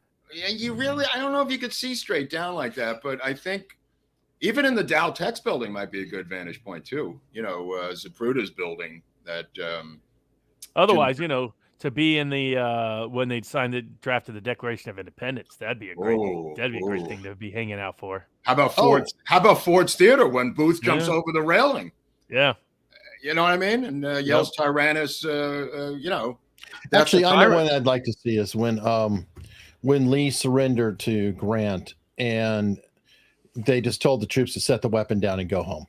That always reminds me of that was interesting. My neighbor's bumper sticker. Right. Lee surrendered. I did. Right. How about when my mother met my father and she talked him into marrying her? I'd like to see that event. Yeah. I have a lot of doubts about how that went down. That's more like you want proof. Yeah, I want some evidence. I want people. There's a lot of conflicting stories involved here. Wow. So I guess Roger Stone said Kennedy took 4 shots. I think it's the same as what you think, Mark. Isn't that right? Well, he just glommed it from all the sources that are out there. I mean, he glommed it from Phil Nelson. From Phil Nelson and some other books. I mean, his book is really a compilation of other things. We're doing a good episode on an abstract guy on Tuesday that I'm not going to mention right now. An unusual figure that nobody knows about in the assassination on Tuesday. That people are going to be surprised about. The Jim Braden thing, Mac Wallace. Apparently, these tangential figures, nobody knows about them, Robert. These guys on the periphery of the assassination. Okay, it wasn't us. Google didn't like her super chat for some reason. Friday the 13th. I will fly on Friday the 13th. You won't? Oh, no way. No. Wow. I avoid that. That's he is a gambler. I don't have tons of superstitions, but I got a few. That's one of them? That's one of them. Interesting. The Russians convinced me that Russians have like tons of superstitions. They're like, sit on your luggage before you leave. And what? If you left anything behind, but when you're about to go on a trip, that means the trip's going to be a disaster. Well, don't forget famous guys who wouldn't fly. There was the Oakland Raiders coach. He wouldn't fly. He had a bus. Madden. Oh, yeah, John Madden. Oh, yeah, he always had to take the bus everywhere. Don't forget Charles Kuralt from CBS, On the Road with Charles Kuralt. And he wouldn't fly because he had 7 different families scattered around the U.S. and was a bigamist. And when he died, they found all his different families. He would go in his bus and visit the family. I don't know if it was 7, but he had multiple families in different cities. Didn't that turn out to be true of Johnny Cochran, too? Didn't he have a second wife and family across town or something? It was. What's his name? Didn't know about the other. What's his name? Had it was exposed by Tom O'Neill. Vincent Bugliosi had the Bugliosi had 2 families. Yes. Oh, yes. Wow. Well, these guys are wild. All through the book, Tom O'Neill's book, Chaos. It talks about. I did know a client that was old school Mormon, who explained you can't marry 2; you have to marry 3, because if you marry 2, the 2 will unite against you. Whereas as long as you have 3, they can't ever. End up with 2. That's a good idea. And ostracize 1. Yeah, I grew up with some kids who went to my high school, and they were brothers. And then there was another kid who they called their cousin. And over time, it turns out that cousin was actually half brother. Would you hear about Julia Roberts? And they're practicing old Mormons. So it's a very interesting recommendation. The film recommendation last week was Twin Falls, Idaho by the Polish brothers. And in that movie, they play Siamese twin brothers who hire a hooker to come to the hotel to service one of them. And the plot begins with that. And hijinks ensue. Yeah, I guess so. Oh, what a premise! It's a great Julia premise. Roberts? It turned out her great granddaddy wasn't her great daddy. It was like she's not even a Roberts. It was the guy down the street that her great grandmother had a secret affair with and had kept it secret the whole time. But the DNA test revealed that, oh, by the way, it was the guy down the street was your real daddy. That's funny. How about Madeleine Albright making Jew jokes her entire career? Then turns out she's a Jew and had to apologize to everyone. Yeah, exactly. That was a good one. That was a good one. Very apropos. Very apropos. Touche. Wow, I missed that. Met Ray Brad. Who is that? Ray Bradbury said he only rode his bike. Okay. Ray Bradbury said he only rode his bike, wouldn't take any other transportation. All right. Well, that's a weird one. Yeah, some people have phobia of flying. That's for sure. I mean, that's a real one. Yeah, I had a history professor that he supported public transportation, so he always took the bus to and from work. Right. Well, like I said, anytime there was a plane crash at Kennedy, my mother would say, "Looks like your father took his reading glasses to work instead of his work glasses." There was always some airplane gallow humor in our house when there was a crash. Wow. Having worked at Kennedy his whole life, What was it? Your dad was not a fan of LaGuardia, right? I said that, yeah. I asked him at 15 if he had any advice for me. He said, "Don't land at LaGuardia in the winter sun." And I said, "Thanks, Dad. That's really helpful." Kid, can't stop. I'm in my room masturbating day and night. This is the advice he gives me. Don't land at LaGuardia in the winter. Right. Well, don't get caught masturbating there. I don't know. What? What is it? Sorry, I'm trying to figure. It doesn't flow right. If you have three, the others can be together shopping instead of hanging out while you're with one. Yeah, the three He's wives. talking about wives. Okay. Thank you. I just couldn't get the Mormon wife thing. Let me ask something. If you went and did a documentary, went through Utah, and tried to find people that voted for Mitt Romney, how many do you think you'd actually find? I mean, I just find this hard to believe that there are people in Kentucky. I think he'll be. I don't think he's going to run in 2024. I think he's going to step down. Who is the McConnell voter, and who is the Mormon? Well, McConnell, Lindsey Graham, they all won because Trump opposed anybody challenging him in 2020. Right, but they have had long careers. I mean, yeah. You mean how they got in initially or originally? Yeah. Well, I mean, they get in and then they service the establishment, and the establishment protects them. I mean, that's how really about this guy Wilson, this Republican out of South Carolina that wants to put a statue of Zelensky in the rotunda where we used to have other people whose statues are no longer there. Well, you have a wing of the South Carolina Republican Party that still doesn't understand why slavery is banned. So it's that strong. Maybe you can hang a Confederate battle flag from him. Yeah, exactly. I mean, how does Zelensky's statue end up in the rotunda? I want to know how that would just be a new level of insanity. Right. Wow. Ugh. Well, I don't know. We seem to be stuck with that guy going off for a while. Well, not for too much longer, because he may win the Trotsky Award at some point, I'm predicting. Well, I think he's got your vote. Yeah, I mean, it's not going to end well for him. Let me put it that way. But everybody's talking about this, condo in Miami, and it's not going to. Oh, they're going to set him up in Hollywood. He's going to be doing a reality TV show in Hollywood. Right. I mean, it's all ready for him to parachute out. He was on a network show before he became president, so why not? Yeah, I mean, he's a trained actor. That's what he does. He has a whole TV crew. He's run the war the TV style the way they wanted it. He gets to cash out and live in, and play president from Hollywood. I think that's his ultimate. The working title of the show is, I hear, Wag the Schmuck, which is kind of an interesting working title. I don't think it's going to be the final title of the show. Well, that could have also been the David Letterman episode, right? When they met in the bunker. Yeah. You've seen all the massive green screen the guy does. It was obvious he was doing green screens from early on. People they're selling customized bunkers in Kiev now for starting at 66,000 euros. They come in and build you a designer bunker. I mean, the problem is, there's Ukraine. It was not a wealthy country to begin with, Right. and losing electricity and everything else, they're just going to start fleeing across the border. Let's see how the Poles like it when half of Ukraine shows up in Poland. Right, with their little bag of stuff and everything. And Yeah, like that English guy took in the Ukrainian woman and then dumped his wife and married the Ukrainian. Well, the Duran is predicting that they're now going to raise the phony humanitarian crisis flag, Robert. With all the that's why they have to go in. Right. Oh, here we go. Somebody on Locals pointed out about World's Fair. I know I'm reaching back. Kazakhstan 2017. What? Dubai, UAE in 2020 was scheduled for Argentina in 2023, but they withdrew. Oh, wow. Okay. Can you imagine going to Kazakh? That sounds like a comedy skit, right? It sounds like a military comedy satire. Right. Where the backstory is you're at the World's Fair in Kazakhstan. All the attendees have to screw in a light bulb together. They all rotate a wheel. Which one was it that the Borat guy was supposedly from? Was that Kazakhstan? It was Kazakhstan. Yeah, because remember what happened? Remember he created a fake national anthem, and at one of the war athletic competitions, they play when the Kazakhstan person got up there. They played the fake anthem from the song, which is making fun of the country. And you talk about embarrassing. Oh my God. But then again, you're following up with Dubai. You're using your same analogy. You could have slaves putting in all the bulbs. Oh yeah. Right. That's right. No fun to be a worker in those countries. Dubai, Qatar, any of those places. No. Will we shift our neocon war focus to Taiwan, Robert? I don't think so.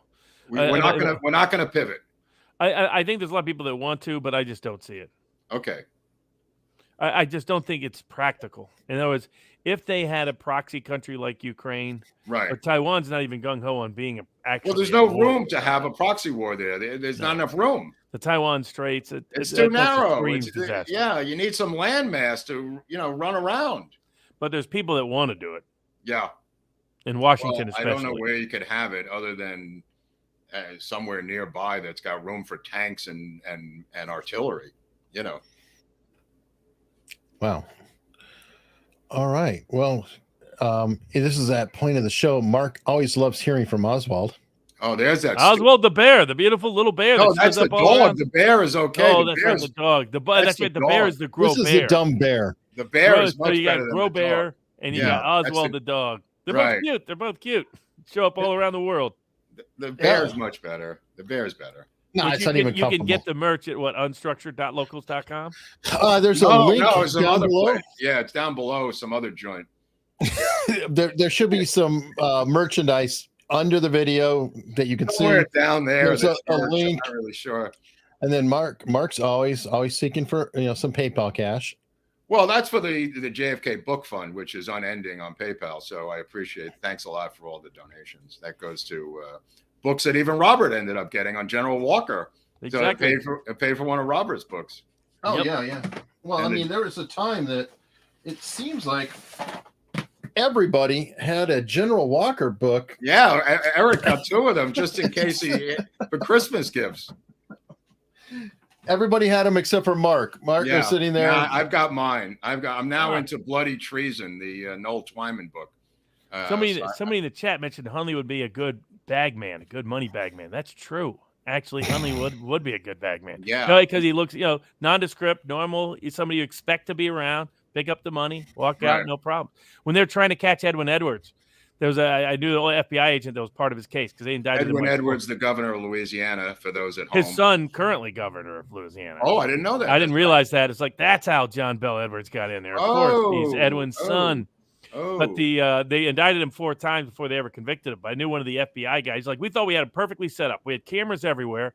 And we were exchanging the money. Had our guy in there, and somehow the money went in, the money went out, but we never saw it with Edwards. And he was the best at it he'd ever seen at getting money shifted to him without it being able to be caught on tape. Well, this guy Braden we did the episode about was a mafia courier who would take the skim off the Vegas hotels and take it to Swiss bank accounts and get a percentage of the take and bring it back like 2 or 3 years later to Lansky to invest in regular real estate. So he became a mob courier, which is kind of an interesting job. I mean, back then, before everything was digitally tracked, you could really do that sort of thing. Well, even Larry Hagman, I remember going over and hanging out with Larry Hagman. He had brought suitcase full of cash from Germany for just the signing of Dallas. He would take on a private jet, Robert, into Santa Monica Airport. Yeah. And then have me meet him at his apartment in Santa Monica. And he'd say, "Here, have some." And he gave me a stack of money out of a briefcase. That was back in the old days. Yeah. I mean, that's what they want, digital currency and all that for us, that they want to be able to track us so they can control us. Right. Now, which countries are going to go digital first? Is it El Salvador or Brazil or...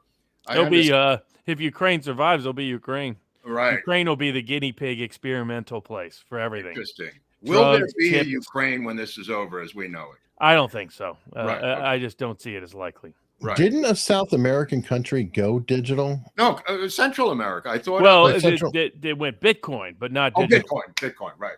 So they I think it's El Salvador or El Honduras. Salvador, yeah. And lost their asses, I thought. They've gone up and down, but they're still, I think, net up. Are they? Okay. Right. I mean, it wasn't as high as when it was 50 grand. Right. But it's still higher than I think when. Well, they're now saying the budget of California is contingent upon success of the stock market, Robert. Yeah, that's because of the tax benefits mostly flow in from the stock market. Okay, right. Interesting. You know, I mean, that's what, when people say, the 1% pay half the taxes, most of those are capital gains. They mentioned capital gains. That's what I heard. So the problem is if the stock market sinks like the Fed wants it to, that's going to be a major problem for a lot of state tax revenues. Right. They were already predicting a deficit. Like New York, Illinois, California, especially because they're income tax dependent. Wow. They may have to, God help us, slash a program, they said. They're even discussing slashing a program or two. Yeah, that'd be. Now, let me ask you this. What is your take on electric stoves? I just want to get your personal opinion. Oh, I mean, the whole gas stove thing, I think it's just kind of nuts. I don't know what they're talking about. Of course, it was funny that AOC was calling for banning it while in front of one. Right. Well, the governor of... Well, don't worry, Robert. It's not like she'd know how to use it. She's cooked before. Yeah, she cooks pretty good, apparently. Right. Oh, really? Okay. So they're just pure hypocrite. All right. Well, good. Yeah, that's it. Let me just tell you, it's hard to cook meth on an electric stove. I'll tell you that right now. Well, she's a classic narcissist. is my take. Is it's constant image ratification, justification. I don't think she's an ideologue. No, she's an Instagram influencer in office. Yes, that's exactly. She's an Instagram influencer in office. Maybe that spells something. It's like your modern narcissist reaches office is her. Well, she's obviously been she has damage. She's got PTSD from some sexual assault, traumatized by her own admission. Real and imagined. Yeah. I assume almost died on January 6th. She almost died on January 6th. Plus, we're getting all the free bonus footage, Robert. If the House, finally, we're going to get to watch some bonus footage we could put on speaking YouTube. of lawyers, they made sure Norm Pattis couldn't be part of the January 6th cases. They kicked him out. Is that true? Yeah, they suspended him. They're trying to kick him out. What happens? The Connecticut court suspended him, which automatically reciprocally suspends his D.C. license, apparently. Mm-hmm. But now a Connecticut appeals court has stayed that suspension, so he might be able to stay in as counsel for Joe Biggs in the D.C. court. He reminded me of my friend Doug Feiger's brother, who is a civil rights attorney out of Detroit. Feiger, I forget his name, with a long ponytail. Yeah. Remember Feiger, the brother of the Knack lead singer, who was my friend, Doug Feiger, had a brother who was a big consular disciple, right? Yeah. I think he's still up there in Detroit. Yes. And a good lawyer. Pattis was pretty good, wasn't he? Yeah, Pattis was pretty good. I mean, Pattis, I think, would have been a lot of fun to watch in the January 6 cases. Oh, yeah. But that's why they're getting rid of him, I suppose. Wait. Isn't it just a 6-month suspension or? It is a 6-month suspension, but basically because it was automatic, they were trying to kick him out of saying he couldn't represent anyone for 6 months, which would preclude him from being part of the Joe Biggs defense. The Proud Boys case that just started or is about to start. All right. Wow. Somebody is asking on locals, and I actually thought about it earlier. Speaking of food exports, we were talking about bagels and water. What are your thoughts, Robert, about In-N-Out Burger moving to your home state? Yeah, they're coming to Tennessee. So I mean, it's an expansion. They're not moving out of California, but oh yeah, no, exactly. Well, I didn't say they were. Well, I mean, their whole thing is always getting close cattle supply. They like a local supply. That's one of the keys to why the In-N-Out burgers have a better reputation than other places. They want their meat to be a local meat supply within a certain range, and they prefer it to be non-big industry suppliers. And there's a bunch of those now in Tennessee. So that's what Joel Salatin was talking about. Was you can find somebody now where within your neighborhood at some level, within 50 miles of home, where you can get homegrown food, homegrown vegetables, homegrown fruit, not just the big corporate agriculture folks. And because that's more available now, apparently In-N-Out Burgers coming to Tennessee. I always thought it was good, but not spectacular. Are we what's his name? Malone was talking about the fact they're injecting the meat now with mRNA vaccines. Have you heard anything about this? I know they're talking about it. Not that it has yet happened. We're like living in the middle of World War II here. There's no eggs, so people are on the streets selling eggs now. So we're in the middle of Germany in World War II trying to get eggs. Is that the Knievel that died? No, Evil died a few years ago. This was son, I guess. This is son. Yeah, it looks like booster. Everything's a booster. Wow. But yeah, we don't have any eggs here in LA. That's gone. Yeah, that's trouble everywhere. Okay. All right. Was that because of the avian bird flu or something? That's what they said, but farmers have given other explanations. Oh. That's about supply issues, regulatory issues. Right. That's what I thought. Yeah. Yeah. There's no eggs anywhere, bro. Yeah. Chickens are being stolen in Austin. Really? That's interesting. What, the eggs? No, just someone put in the chat. Chickens are being stolen. Maybe for the eggs. Oh, could be interesting. Chicken wrangling. Well, I got to get more eggs too. Damn, that's gonna be a problem. Yeah, I don't have as many issues here. It's kind of funny because Mark's like, "Have you seen the shelves?" I'm like, "Yeah, they're all right." What? The what? The grocery shelves. You're like, "Yeah, I go here." Oh yeah, no, here we got problems. We got problems here. Yeah. Well, I mean, we run out of stuff here and there, but we don't have to face them out. And do any of that. That guy from Rebel News, that kid went up into Moscow into the top supermarkets. I don't know if you saw that footage. Yeah. Everything packed to the gills. They had creamed herring. They had bagels. I got to go over to Moscow to go shopping. Well, they got the 4th largest fisheries in the world. They have some of the most diverse meat supply in the world. They have their fruit and vegetable. Because of the land size and the topographic diversity, right? They have an extraordinary range of food. Wow, man, Snowden made the right move, Robert. Yeah, he did.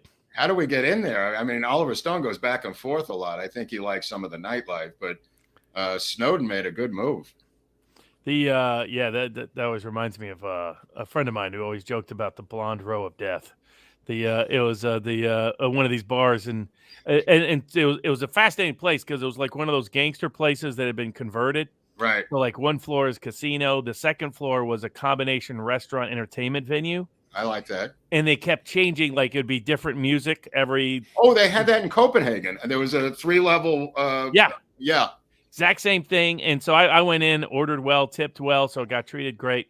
And a friend of mine was like, around the bar, there was just a blonde row of Russian death. It was just all these blonde models who are just sitting there waiting. Oh my! For they're going to pick up So but it was a beautiful place, cool place. That's on my bucket list to get to Moscow.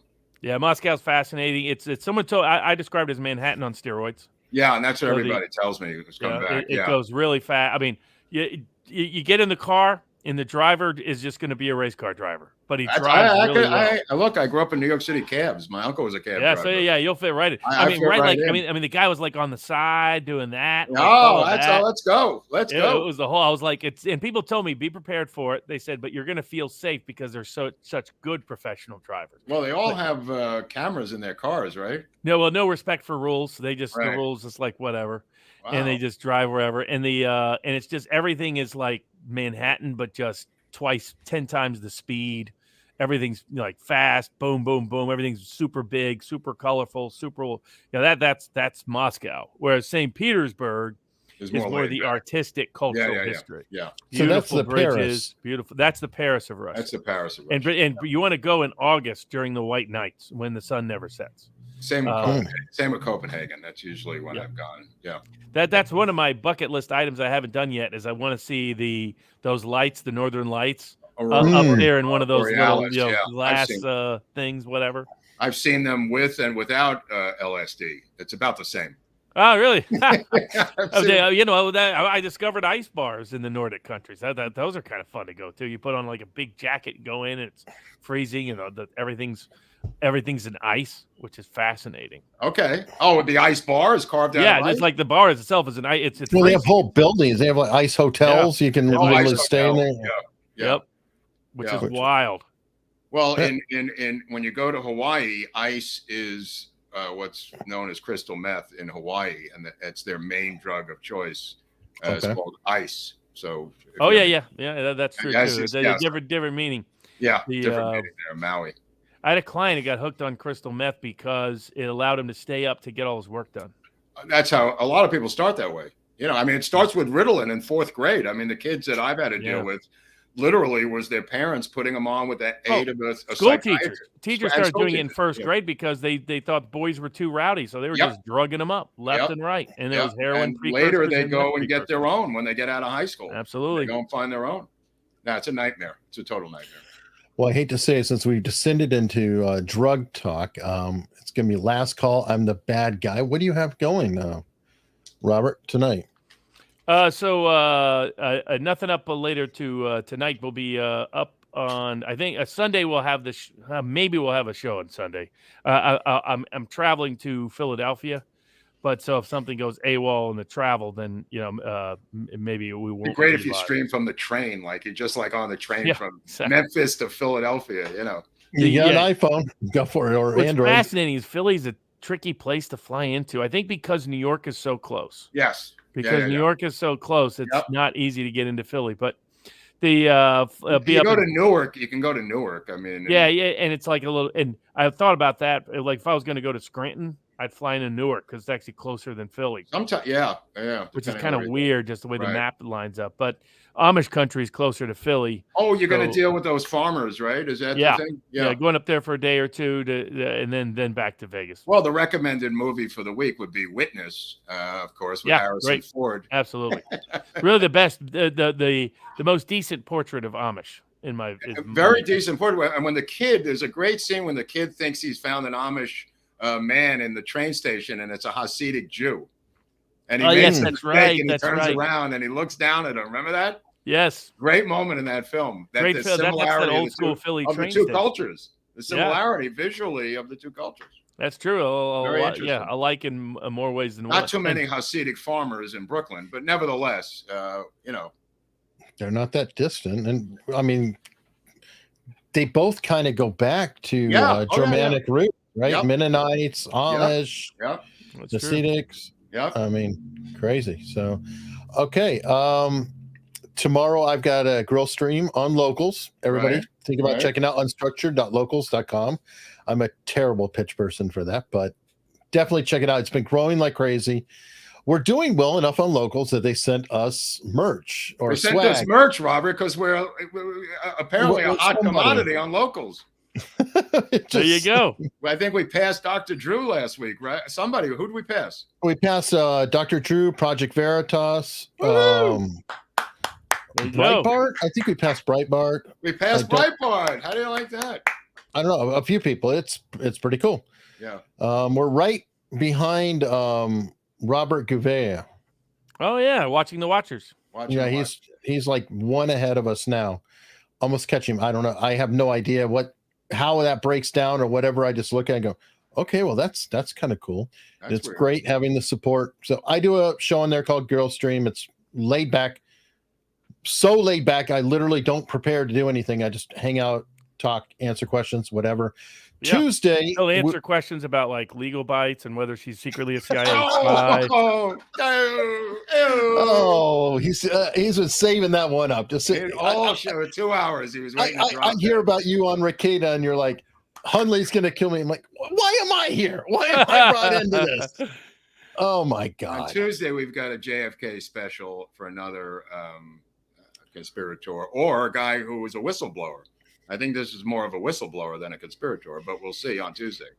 Somebody that no one's ever heard of. Oh no, I'm pulling this one out of my ass. This is a good one. This is deep in the bowels. What's his name knows about it? Jim DiEugenio.